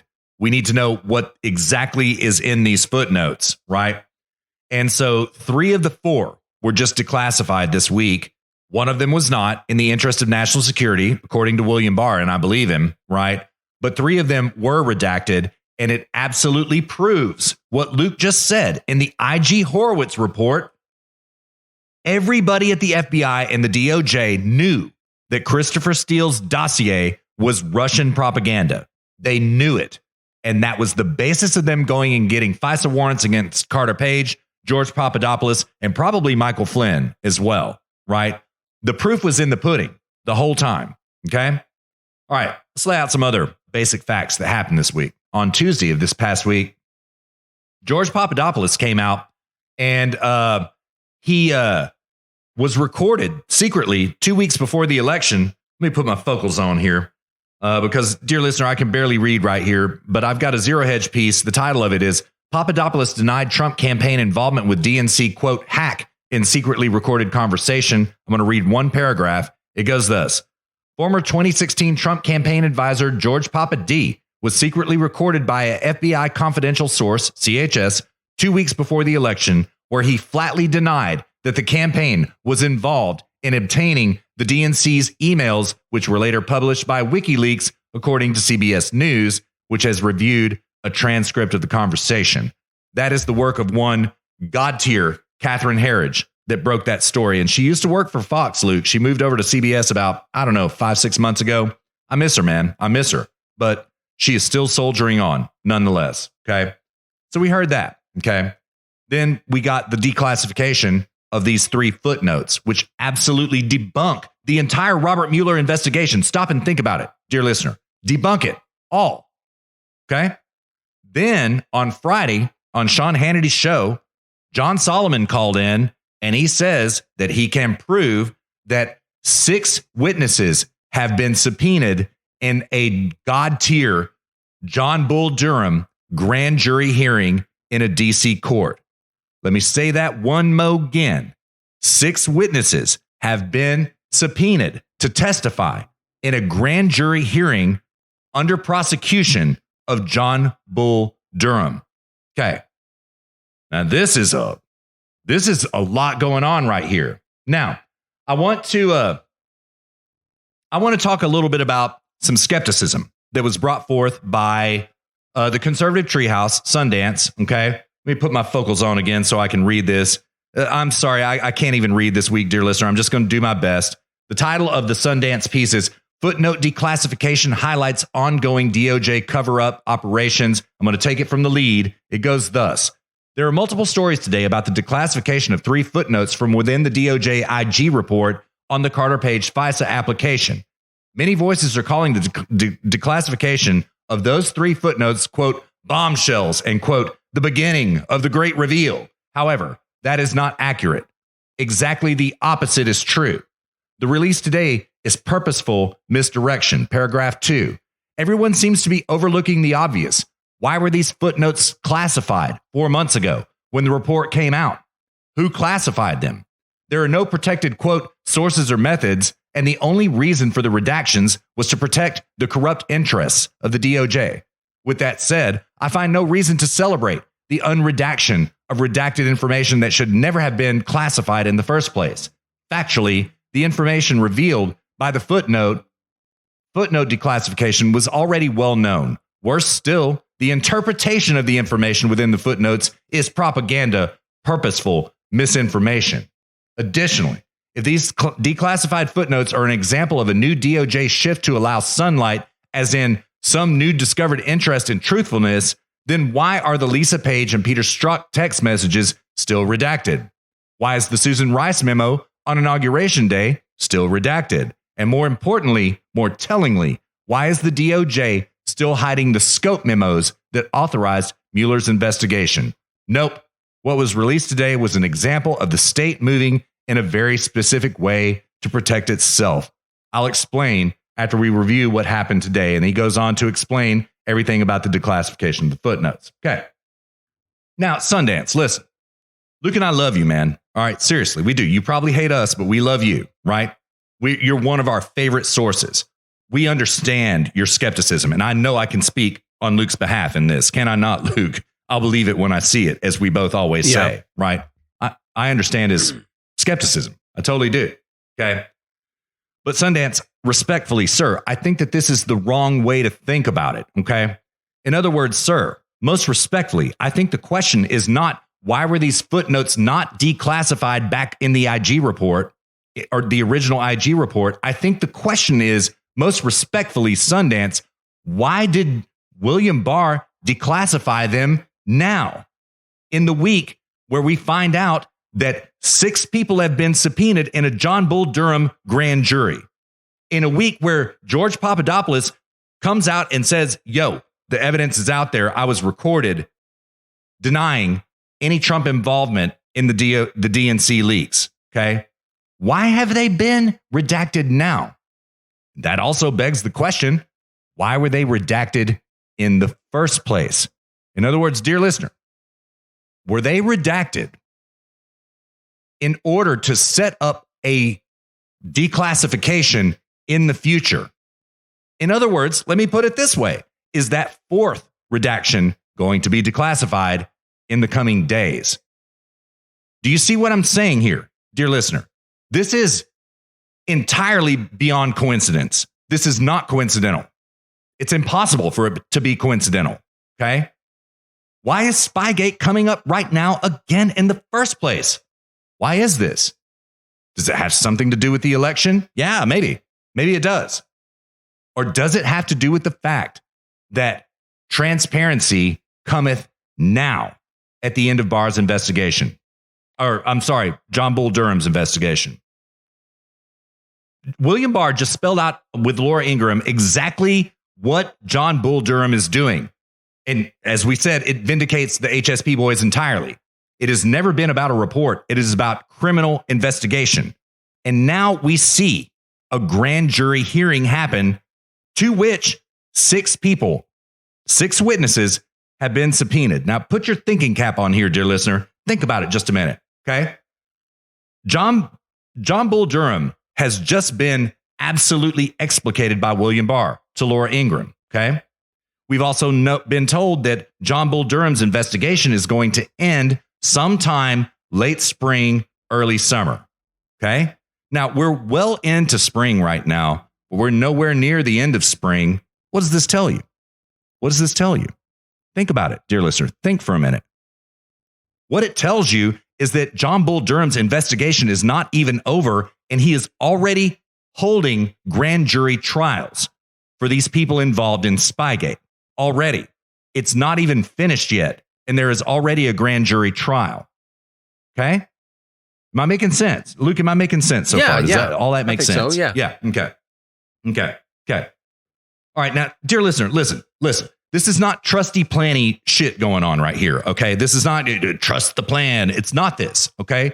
Let me just review what has just happened in the last 2 weeks. Okay. Number 1, last week, IG Horowitz wrote a letter to Christopher Wray, the head of the FBI, He told him that he had discovered dozens and dozens of errors in dozens of FISA requests for FISA warrants.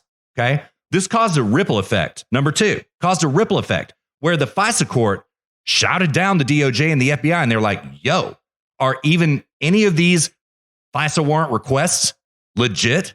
Anything you've ever asked us for, is it legit?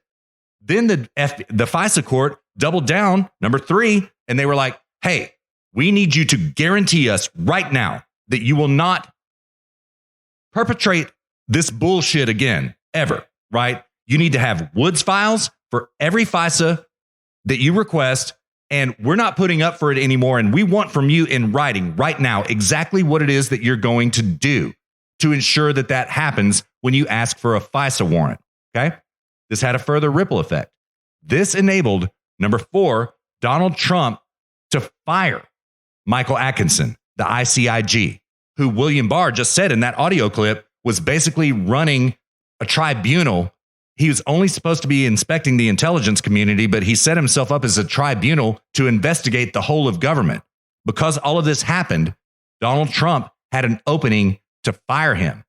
Okay. Now, it's not just about him. It's about his boss as well, his former boss. We talked about this in number 76, dear listener, Mary McCord. Okay. Both of them were instrumental in getting the impeachment hearing against Donald Trump. Instrumental, absolutely instrumental. Now they both gone. Right? Then we get these 3 declassifications of footnotes this week. Then we find out what this means, dear listener. Okay, what this means. Let me just emphasize this one more again. It was not Donald Trump and Russia collusion. What these declassifications detail is that the FBI and the DOJ and the CIA, for that matter, James Comey, Clapper, Brennan, Peter Strzok, Lisa Page, all of them knew that it was fake Russia information, and they ran with it anyway in order to get FISA warrants to go spy on the Trump campaign. Okay? Luke and I have been saying this shit for years at this point in time, but now we have proof that we were right all along. Okay? We were absolutely correct, right? That is what Russia collusion was. They were using Russia disinformation in order to spy on a presidential candidate in the early days of a presidential administration. Okay?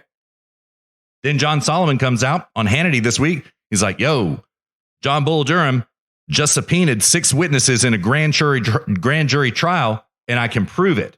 Okay? Then William Barr comes out in this interview with Laura Ingraham that Luke and I just played and confirms all of it. Every last bit of it. Dear listener, this is not trusty planny anything. This is not a time for skepticism Sundance. Most respectively, look at what's going on right now. It is going down. This is it, Luke. This is it. And I expect much more of this in the coming weeks. Without doubt, I expect it. William Barr told us we're going to see much more of this. I agree. Yeah, I agree entirely. Yep. Thank God, man. Thank God we're here. It's been a long, hard slog in Spygate, bro. Yeah, it's been hard. Yeah. Yeah. Still a long, hard slog, but hopefully this is it, you know? Yeah. Hopefully so. Hopefully so, man. I'm glad that you were white-pilled by William Barr's comments about that. I was blown away. Totally was. Blew my hair back. 100%. Yeah. Mm-hmm. Yeah. Dude, and damn, it feels good to be a gangsta. I mean, does it not feel right to be have been correct all along? I've got to say a little bit. Yeah, a little bit. Of course. If I may say, which I do. Yeah. Yep. All right, what do we got next on the trail map? We got the Fed, and man, I tell you what. All right, dear listener, Luke and I have got it figured out. We know what's going on. We had a very spirited debate, if I may say, which I do, on our private Discord last night about what's going on with the Fed. Look, I don't even want to talk about it, man. Do you want to talk about it? Not I just particularly. Don't. Yeah, the Fed's bailing out everybody, dear listener. We already talked about it in number 76. There is a lot of corruption right here. I'll just leave it with the point from the Yahoo piece that I read last week, or rather Bloomberg piece that I read last week. Bloomberg piece. My bad. Essentially, the Treasury has nationalized the Federal Reserve. Okay, let's just leave it there for now. There are risks and there are benefits there too. Okay, I got nothing else to say about it, Luke. How about you? No, that's it. All right. So Then, all right, so you're going to have to tell me about this stuff, man. This Dan Crenshaw stuff going on Joe Rogan, man. What has happened? What has happened? Yeah, regrettably, one could refer to him as that in the context of his comments. So Dan Crenshaw, who's a representative out of Houston, House of Representatives, he went on the Joe Rogan show. He's been on the Joe Rogan show before, at least once. And dude, who's the announcer from ESPN? The black guy, Steven something. Oh, yeah. Shoot, I can't pull it up. I know who you mean. But counterpart. Yeah. Skip. Who is it? Is it Steven? I gotta find this out. A. Edwards or something? I don't know. Whatever. But yeah, I always hear it, ever since his fallout with Joe Rogan over the UFC, when he was like commentating or did some sort of like post-fight analysis, he's like, no, listen, Joe Rogan. You know, so it's like every time I hear Joe Rogan in my head, I think of that guy's voice. But yeah. So Dan Crenshaw was on the Joe Rogan show, and Dan actually had sent this to me. Not Dan Crenshaw, our friend Dan. Dan Crenshaw sent it to me like, hey man, let me know what you think, dude. Did I do okay? I mean, he should have done that. But no, our friend Dan sent it to me. And it was kind of a little bit of a I wouldn't describe it as a meltdown, but really exposing the chinks in the armor on the right when it comes to things like healthcare, capitalism, defensive capitalism, this sort of thing. So I sent Russ 2 timestamps. Instead of doing grab bag special, we're just going to dissect these 2 timestamps. All right. I've got them queued up, man. Let's do it. Tell me when to stop, by the way. Yeah. All right. Here goes number 1. You ready? All right. Coming at you. It's about 60-70% on the dollar. What does that mean? Can I stop you right there? Medicare is available for who right now? What is the seniors? Medicare is a senior program. Right. So what age is it? Does it kick in? Is it 65? I believe so. I don't want to confuse it with Social Security. So the idea is that for older folks, we should give them health care and make sure that their basic needs are covered in terms of sickness, illness, injury, and such. Yeah. I mean, the entire, we could argue that we could even debate the merits of Medicare on its face. But Medicare for all would be available for everybody. Now, if Medicare for all was available for everybody, what you're saying is it would essentially, you would fix prices on everything in terms of medical treatments, and that would be a problem because of what? Well, so once you fix prices, imagine this. Imagine if the government said Russ, that your podcast could only take $100. All right. You can take all of this and you can roll it up into the "it doesn't work" line of argumentation. Mm-hmm. Dear listener, you will never, ever, ever, ever, ever, ever, ever, ever win a debate if your line of argumentation is "it doesn't work." Ever. Yeah, they don't care. Yeah. They don't care. They'll just argue. They'll quibble over little minutia about, well, if we just did this, it would have worked. But it didn't work because it wasn't entirely that. It's just you will never, ever, ever win if your line of argumentation is "it doesn't work," ever. And Dan Crenshaw is walking into a trap right now. And this is regrettable because Dan Crenshaw is one of the better people on the right. He's one of our best. And he is walking straight into an ambush right here. A Navy SEAL, trained Navy SEAL, walking into an intellectual ambush. And that's what's about to happen. So you can hit the play button, Russ. All right, here we go. Per ad. And that was just the price fix from now on. What incentive would you have to really expand your audience? What incentive would you have to keep going or expand the business? You wouldn't be able to. It's similar under any industry. Once you fix that price, you're going to reduce the supply that goes into it. Can I stop you on that analogy? Yeah. Here's the problem with that. The difference is if there would have to be a reason why they would say that I could only get $100 per ad. The reason why you would say that things shouldn't cost too much for someone who's injured or sick is because we want to take care of each other as a community. And the idea is that healthcare. Damn. So case in point. There it is. So Dan Crenshaw is going back onto the economic. Anybody who wants to argue in a defense of freedom, free markets, capitalism, in terms of it works better or in terms of economics, you lost. You just lost. And here's why. What Joe Rogan just did, he just reframed it in terms of something that in the minds of the listener are so much more important, which is the morality of it. So Yes. Joe Rogan just shifted it. No, what Joe Rogan just did, he goes, oh, you're talking about economics. You're talking about pragmatism, a pragmatic approach to economics, what works, what doesn't, and the economics of it all. I don't care about any of that. I'll just wipe all that away. I care about the morality of it. Is it fundamentally, morally right or wrong? That's what Joe Rogan just did. Yeah. And you stopped it perfectly, Russ. Thank you for stopping it where you did, because I was about to ask you to stop it so we could explain that. Yeah. Case in point, dear listener. And so, like, respectfully, Dan Crenshaw, what you should have done is, rather than buy into the argument, you reframe the morality of the argument. You reframe it. You make them buy into the moral premises of the argument. That's it. Right? Don't talk about. Go ahead. I was going to say, Dan Crenshaw, he's in a difficult position because he's a politician. So it's easy for us to sit here and opine from our, chairs and our microphones about, that's a cucking argument. He's opining from the context of a politician. As a politician, you can't come out of the gate going abolish taxation. You can't come out of the gate going abolish Medicare for the elderly. There's a way you have to talk about it. You have to have some finesse here. But he's just just selling the farm on all this. And all of them do. All of them do. Cruz does it. All of them do. This is why we lose. Yeah. Although I will say Cruz is pretty absolute about no taxation. He gets a lot of shit for it too, but he remains absolute. Yeah, Cruz is the single best politician on the right that we have. Crenshaw is really close, but not as good as Cruz. Yeah.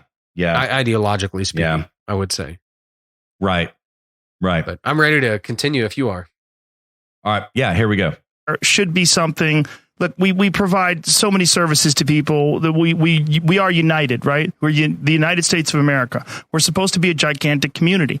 And one of the great things that we could do for each other is to make sure that if someone's sick or injured and something's... Oh my God, dude. This is seriously nauseating. That's all I have to say. I'm going to go on. Sorry, man. Sorry. Wrong, that we can take care of that. We would like everybody to do their share, and we would like everybody to chip in so that this is possible. But there's a big difference between that and fixing the price on an ad. Stop right there. I don't know what Crenshaw's response is about to be because it was several days ago that I watched this, so we'll see. But his response should be, well, Joe, that statement, what you just said about us, having a responsibility to take care of each other, and that's what we all want. That statement being true nullifies any justification for the existence of Medicare. Absolutely. And further, I was going to say, and then when he comes back and says, well, what do you mean by that? Can you clarify? I say, well, okay, if that's what if the majority of the people say, you know what, I'll forego rent this month so that I can pay for some unnamed person to have surgery, then I'll do that. I'm willing to sacrifice my own ability to put food on my table so that somebody else, some old person, can have surgery. Nobody actually thinks that. This is why we have Medicare, is so that we can force everybody to do it at the threat of a gun. Yeah. Because nobody actually would do this because it's asinine. And so Joe Rogan is trying to paint this whole gloss over this whole thing about, oh, well, this is what we all want. Nobody wants this. They just force it. They just do it by force and then pretend it's charity. And by the way, it's not charity because you didn't actually choose to help anybody. Your money was taken from you. And then in the dark of night, your money, along with everybody else's that was taken from whom the money was taken, is redistributed in the dark of night to all of these other people who need, supposedly need things. It's not charity. I mean, there's no benevolence there. You don't even have the opportunity to derive from that a sense of benevolence toward your fellow man, because it's all done through force. It just eliminates the concept of benevolence, eliminates the concept of charity, eliminates all of it entirely, because it's all done through force. It's collected in the dark of night. It's redistributed in the dark of night. Nobody knows from whom it came. Nobody knows to whom it went. None of it's charity. None of it's benevolent. It's actually evil. Medicare is evil, and we should abolish it entirely. And Dan Crenshaw should have just said all this out of hand and called Joe Rogan out on this. Be like, oh, so Joe, absolutely. Yeah, do you honestly think that people, like, millions of people would just be donating to this charity called Medicare under their own accord? And if he says yes, I say, okay, well then great. We don't need Medicare. Just call him out on it. Just call him out on his circular logic here. Yeah, exactly. And to edify your argument right here, the end receivers of quote care, oh my God, receive absolutely terrible care. So where does all the money go? And I also, at this point, Luke, I would double down. I would throw a feint in this debate against Joe Rogan. And I would be like, okay, let's accept your premise here for a moment. Illegal immigration is a non-starter. You're talking about Americans in the American community. Social services for illegals are gone. Okay. And let Joe Rogan argue that as well. Well, yeah, I'd turn it back on and say, well, Joe, they're living here. Are they not part of the community? Yeah. They're human beings. Do they not deserve to be taken care of? They're a human being. What do you think, Joe? Yeah. Are you pro all social benefits for illegal immigrants? Yeah. And then he's like, well, but they broke the law to come here. But they're a human being. Are they not human? Yeah. Yeah. Exactly so. Exactly so. Let's see what Crenshaw's response is here. All right. Here we go. Economically, there's no difference. Morally, there is, and I agree with you. Here we go. He already goes economically. There's and now he's into the morally. Let's see what he says. I bet he's about to sell the farm right here. All right, here we go.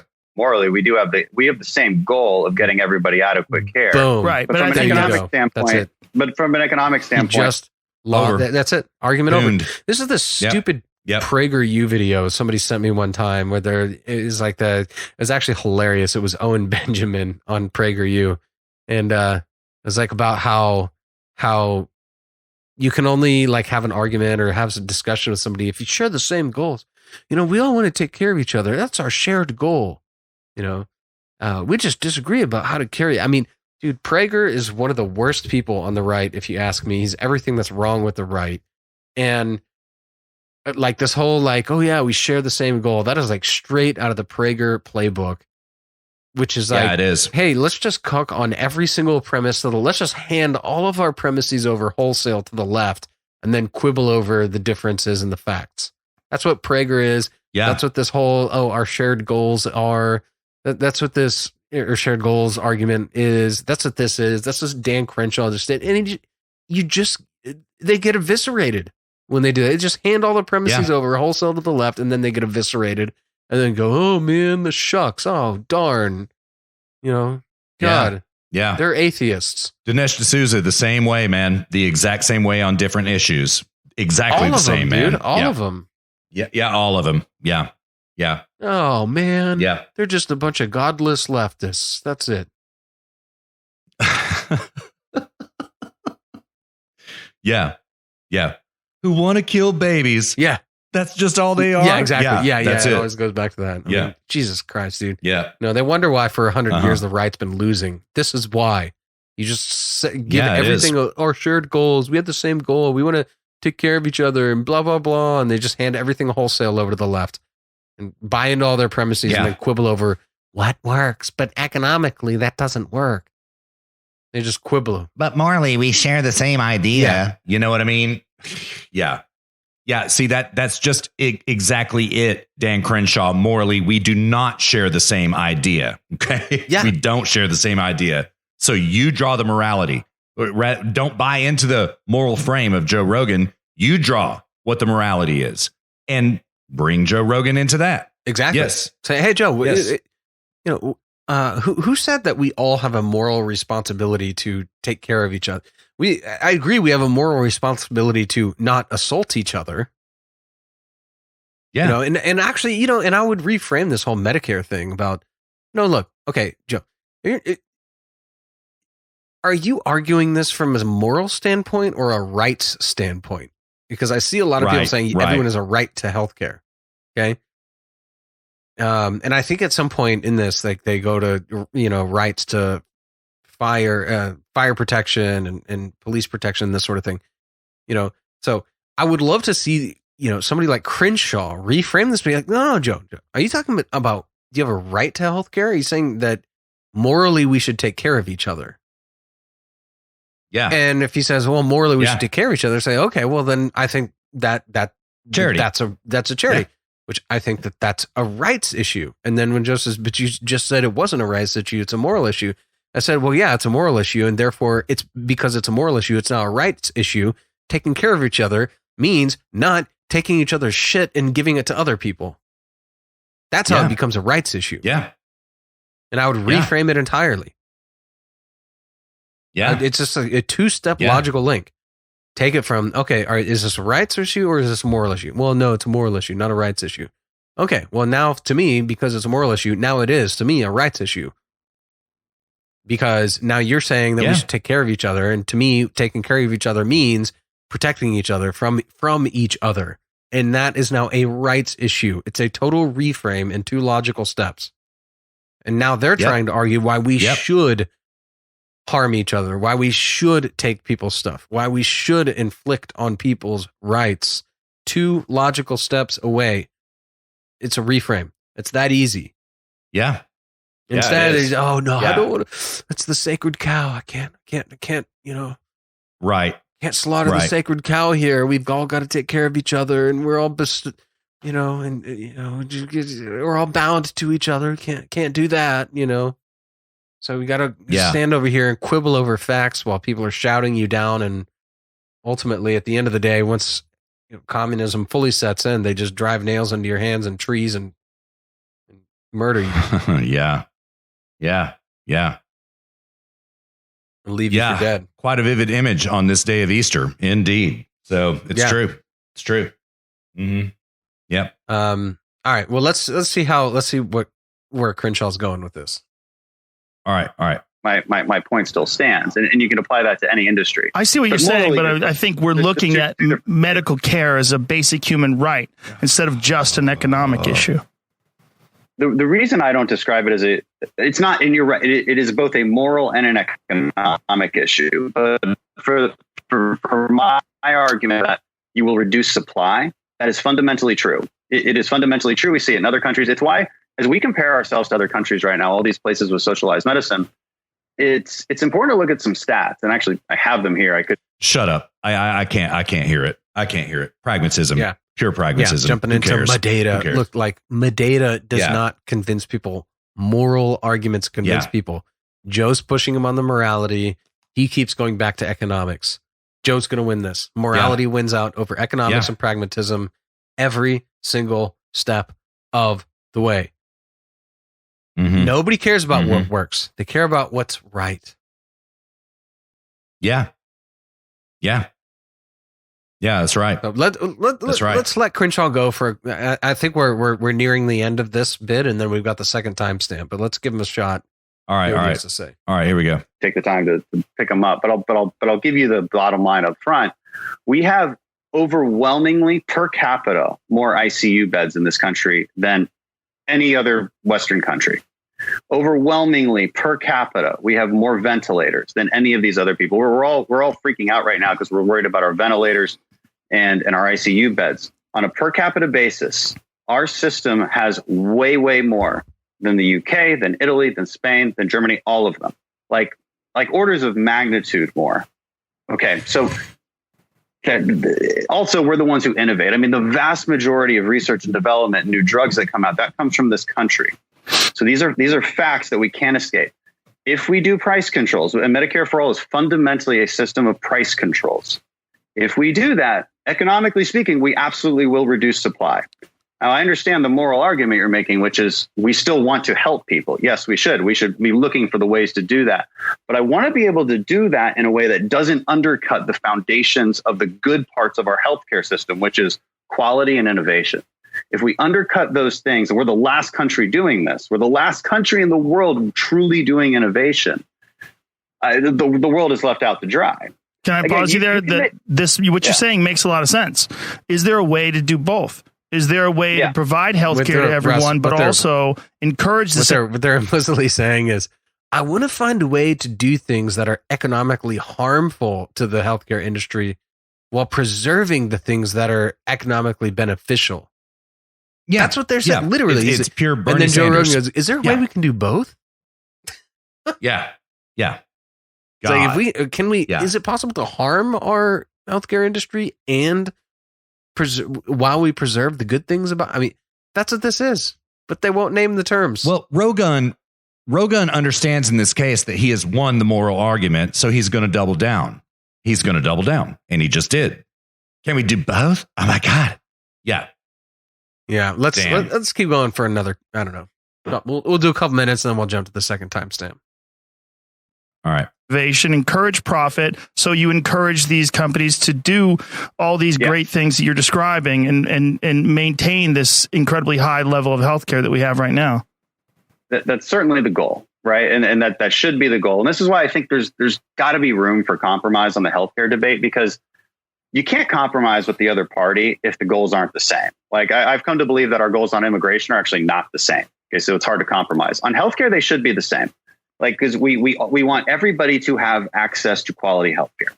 Now, they have a very different way of getting to that point. We have probably a much more complicated. We recognize how difficult it is to get to that point while also ensuring that we maintain quality and innovation.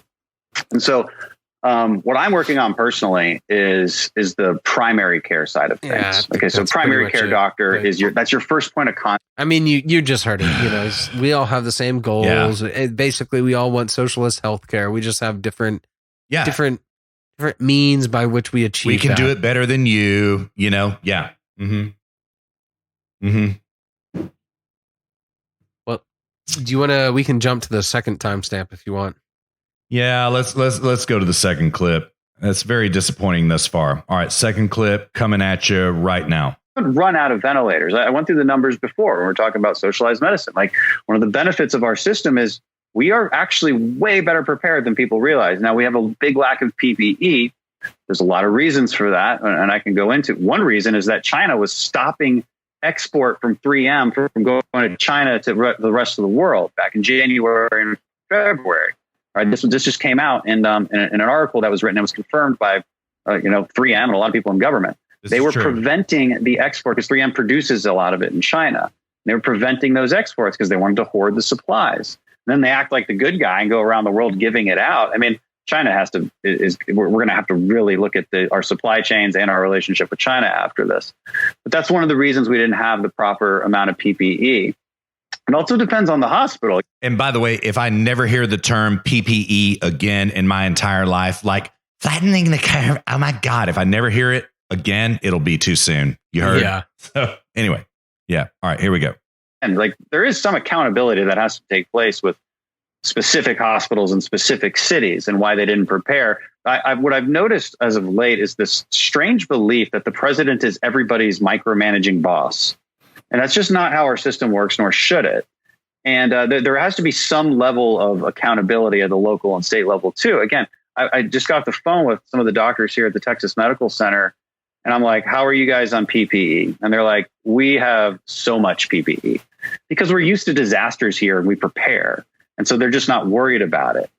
We've set up the supply chains in advance. Like, there has to be.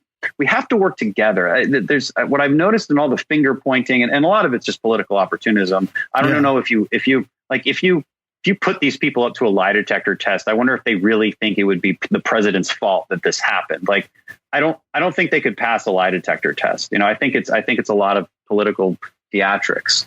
But in any case, it gets us away from the right way to look at our system, which is local and state government are our managers. They manage on those smaller levels. Like, I'm astounded I'm absolutely astounded by that. Absolutely astounded. Local and state government are our managers in this case. Okay. They are our managers. No, they're not. No, they're not. They are the proper government of any area. That's what they are. Okay. Hey, man, federalist cucked as well as morality cucked. Man, man. Yeah. Man. All right. Go on. Yeah. You want to go on? All right. If California wants to try a single payer healthcare system, let's see it work in California or a smaller state, and then let's scale it. Hell, let's see if it works in a city, and then let's scale it. You know, there's a reason federalism is the way it is. That he would even entertain that notion. Exactly. Unbelievable. He's Freedom Caucus, bro. Let's see socialism work, and then let's scale it. Yeah. That's unthinkable to me. I would never even entertain that. That thought would never even enter my brain. Because because this whole thing of, let's scale it. The thing is itself immoral.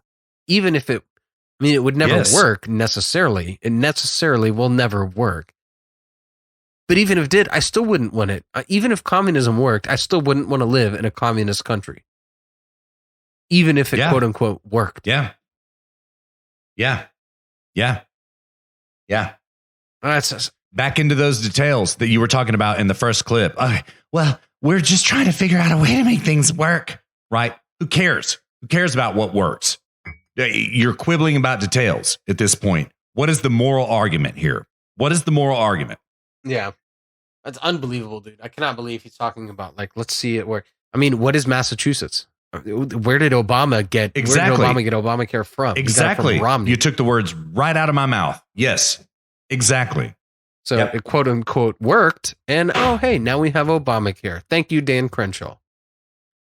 For justifying that. Exactly process. So. Yep. I'm astounded, dude. I'm frankly astounded. Let's continue, man. This is painful. All right. How much more do we have to do this? And by the way, I have one more audio clip to play to you before we get off the horn. So one more. It's about a minute. Yeah, and it's a all half. good. All right? So not much longer. I think it's another minute or two of audio or something like that. All right. Here we go. It's hard to compare us to different countries in so many ways because these countries are like the size of our city. You know, like LA is bigger than so many countries around the world. Like, the scale matters to a huge extent. No, it doesn't. And it's like socialism works if you've got maybe like 50 or 60 people, because you can hold each other accountable. There's a little bit easier maintenance. As you scale it out, you just can't, right? That's why co-ops exist in this country. And yeah, that's Bernie Sanders totally wrong. I mean, what are the kibbutz in Israel? Like, what are all the failed communist outposts in the forests of California? I mean, he's like, it works just on a small scale. So, okay. So what the Democrat Socialist needs to do is propose a solution where we all exist in communes of under 50 people throughout the country. And then now suddenly, point, man. And now Good suddenly analogy. Dan Crenshaw's on board. Right. I mean, dude, I hate to be speaking, ill of, I mean, not him personally, but dude, Dan Crenshaw, you need to up your game here. This is he's not sorted out, man. Yeah, he doesn't listen to HSP. Yeah. Jesus, dude. We wonder why the right loses. He's supposed to be one of the best on the right. We wonder why the right loses. I mean, I expect this from a Prager. Yeah. I don't expect this from a Crenshaw. Yeah. Right. Yeah. All right. Well, let's continue because I think he's got one or two more blunders, and then let's go. All right. Here we go. Make it work if you can literally see everybody all the time. It's like a family. A family unit is a socialist unit. To each their own, to each their needs, to each their ability. That's when you scale things out, it dramatically changes things. Again, it's a misquote. I know. It's to each according to their ability, to each according to their needs. That was Marx. But so he misquoted there. And a family unit is not a socialist unit. A family unit is you and another human being having taken action which caused another human being to come into existence. And therefore, until such time as that other human being, which you caused to come into existence, is capable of generating on its own enough value so as to survive, you are responsible for that human being. That's not socialism. Yeah. You know, I'm glad that you said that. Bongino has made this argument before that family units are socialist units. Okay. And I was like, really? And I've never really given enough thought to debunk that, but you just did. And I appreciate it. Seriously. It's so shit tier. Yeah. So shit tier. Yeah. It's like, like if you cause somebody to come into existence, like for a period of time, you are morally responsible for that person. Why are you morally responsible for that person? Because you caused them to come into existence. It was an action that you took and you freely took. Yeah. Therefore, you are morally responsible for the actions or for the results of the actions which you chose to take. And the results of those actions are a human being, and you are morally responsible for that human being until such time as they are able to generate enough value until they can take care of themselves. Right. That's not socialism. Right. You're not, there's not some inherent, something or another. My dad had a really good way of raising us. My dad was a financial planner, and we picked up cans on the side of the road with my grandpa, and like all the money that we got from our birthdays and Christmas and stuff, my parents said they would match it if we saved it and put it in mutual funds. I mean, dude, by the time I was 16, I had like $10,000 in mutual funds saved up just from picking up cans on the side of the road. And that's the money I used to buy my first car. Now, it was an idiotic decision. I bought a Z28, blew all my money, and within 2 or 3 years, it was totaled. So I basically just burned $10,000 from the age of 17 to 20-ish. But, but that was my dad's way of saying, like, here's how you make your way in this world, It was like, I'm going to set you up for financial independence from us so that at 16, we're not buying you a car. That's not socialism. Yeah. And not only that, but like if a family unit is socialism, I mean, what the hell is the 14-year-old doing to generate value for everybody else? Right. I mean, they're not doing that. Socialism is everybody's beholden to each other, and everyone's generating value and working in the factory and paying taxes. I mean, a 12-year-old is not generating value economically speaking. Yeah. Even though you did and I did, I don't think every child is raised that way, but you did. Yeah, I mean, I did. I generated economic value. Yeah. Mm-hmm. But no, I mean, no. This has to do the difference between a family unit and a political structure. Is that when you're dealing with the family unit, you are dealing with direct causality.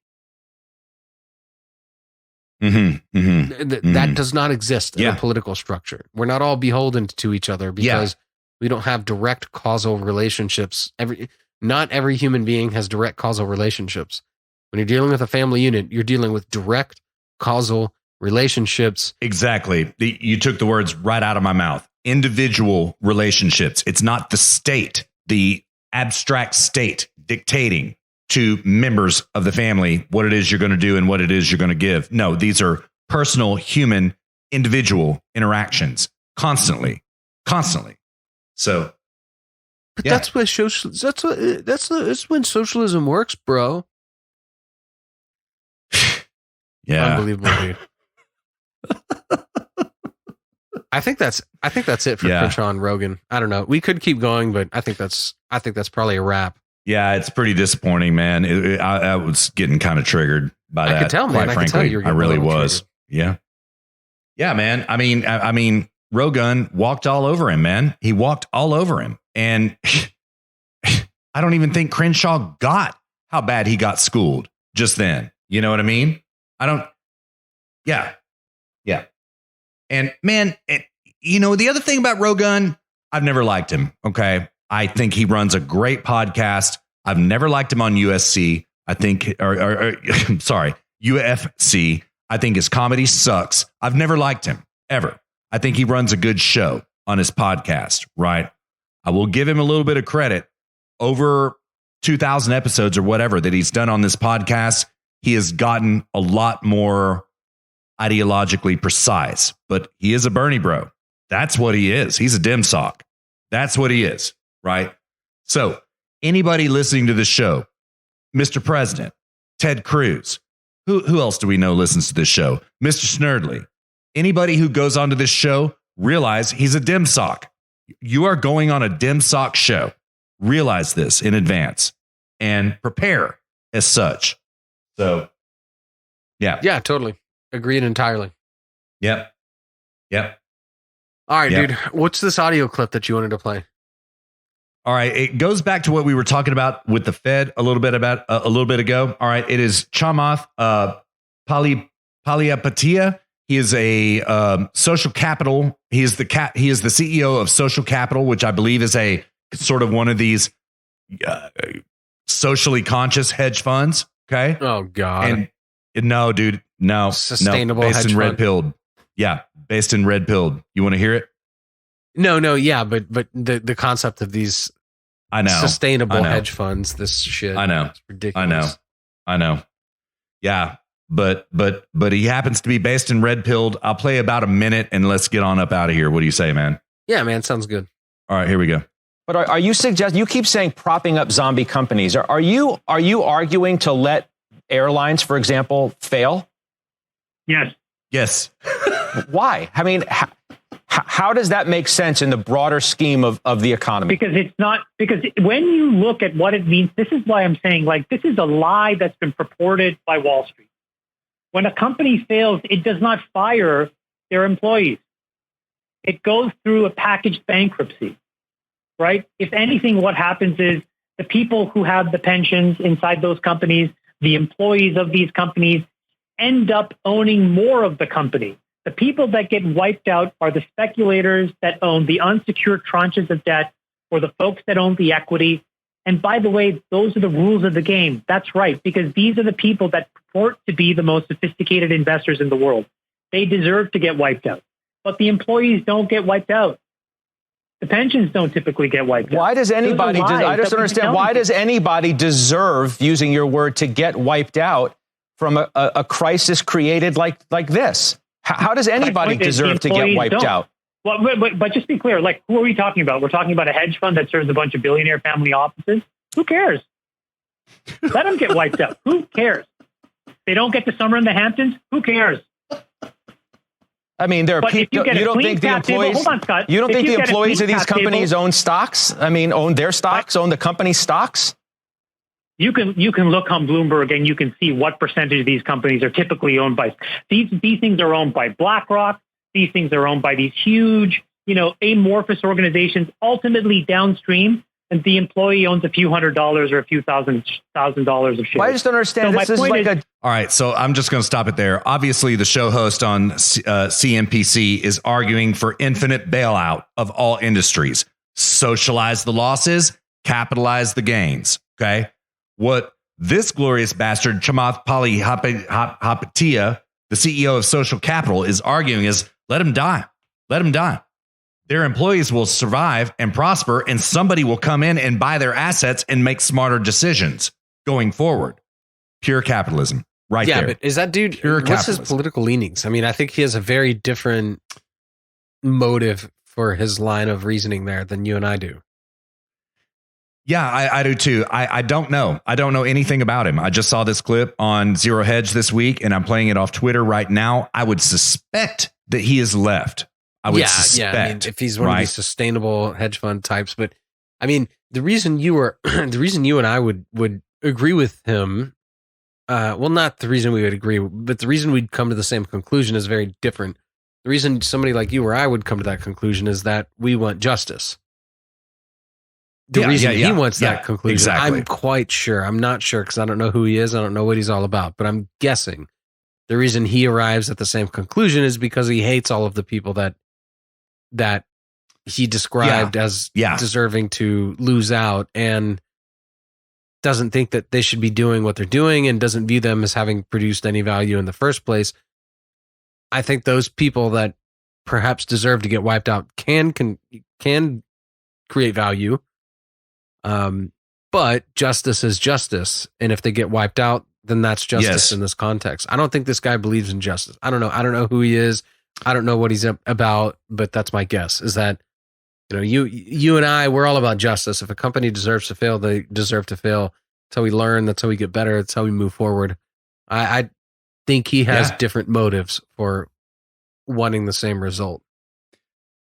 Yeah, I would agree. The tell, in fact, is when he's like, so these billionaires, they don't get to have their summer in the Hamptons. Who cares? Who cares? So he's clearly anti-billionaire. Okay. Clearly. Right. Yeah. Yeah. So that means he's not a billionaire. Yeah. Yeah. Yes, it's justice. No golden parachutes for CEOs who led a failing company like GE, for example. No, right? You burn to the ground and somebody comes in and buys your assets and auctions them off or builds a better company. And it is about justice and it is about capitalism. But I thought it was really interesting. And it's got 49,000 retweets, Luke. Yeah. Dang. I mean, this is, having moral fortitude. What we were talking about with like Crenshaw and Rogan, when he was like, so do you think that, we should allow these companies to fail? He just goes, yes. No question at all. And you can tell the person interviewing him was totally caught off guard. And he had a hard time handling it. Yeah. Had he gone, I don't wish hardship upon anybody. But there are times in which, perhaps we'd, as a society, be better off if we endured some hardship. I mean, that's just setting yourself up to just get destroyed and eviscerated by some interviewer. Instead, he just goes, yes. Yeah. Yeah. This is called having having a moral understanding of your position, having the conviction that you are right in that position, and then having the moral fortitude to stand by that position. That's what that guy led off that interview with. And as a result, he controlled the entire frame of the interview. And in my opinion, one at a time. Yes, he did. Yes, indeed. Yes, indeed. Yeah. Yeah. So, oh my God, you really think we should allow the airline industry to fail? Yes. Yeah, and I agree with that. So funny, they should have let GM fail. I do too. Let everybody get laid off. I agree. Let there be riots. Let it all happen. So we can learn a lesson and move forward. Oh, hey, maybe unions are a bad idea on this scale. Right. Yep. All right, dude, let's call the show. What say you? Yeah, I would have to agree. Dear listener, all right. We have made it all 77 miles on this trail. Thank you so much for riding along with us. We hope you enjoyed it as much as we did. Luke and I are going to set up camp. We're going to cook some food. We're going to have some drink. We are going to commune in the most positive, individualistic way.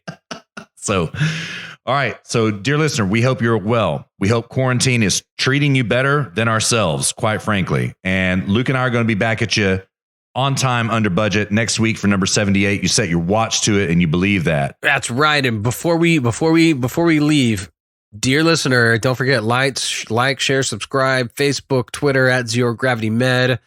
Follow us on YouTube. Just search Zero Gravity Media. You'll see our logo. What else is there? Stitcher, Stitcher, Podbean, TuneIn, SoundCloud, iTunes. Follow us there as well. Indeed. All right, Luke, you take care of yourself, brother. Enjoy. All right, you too, brother. Peace. All right, late.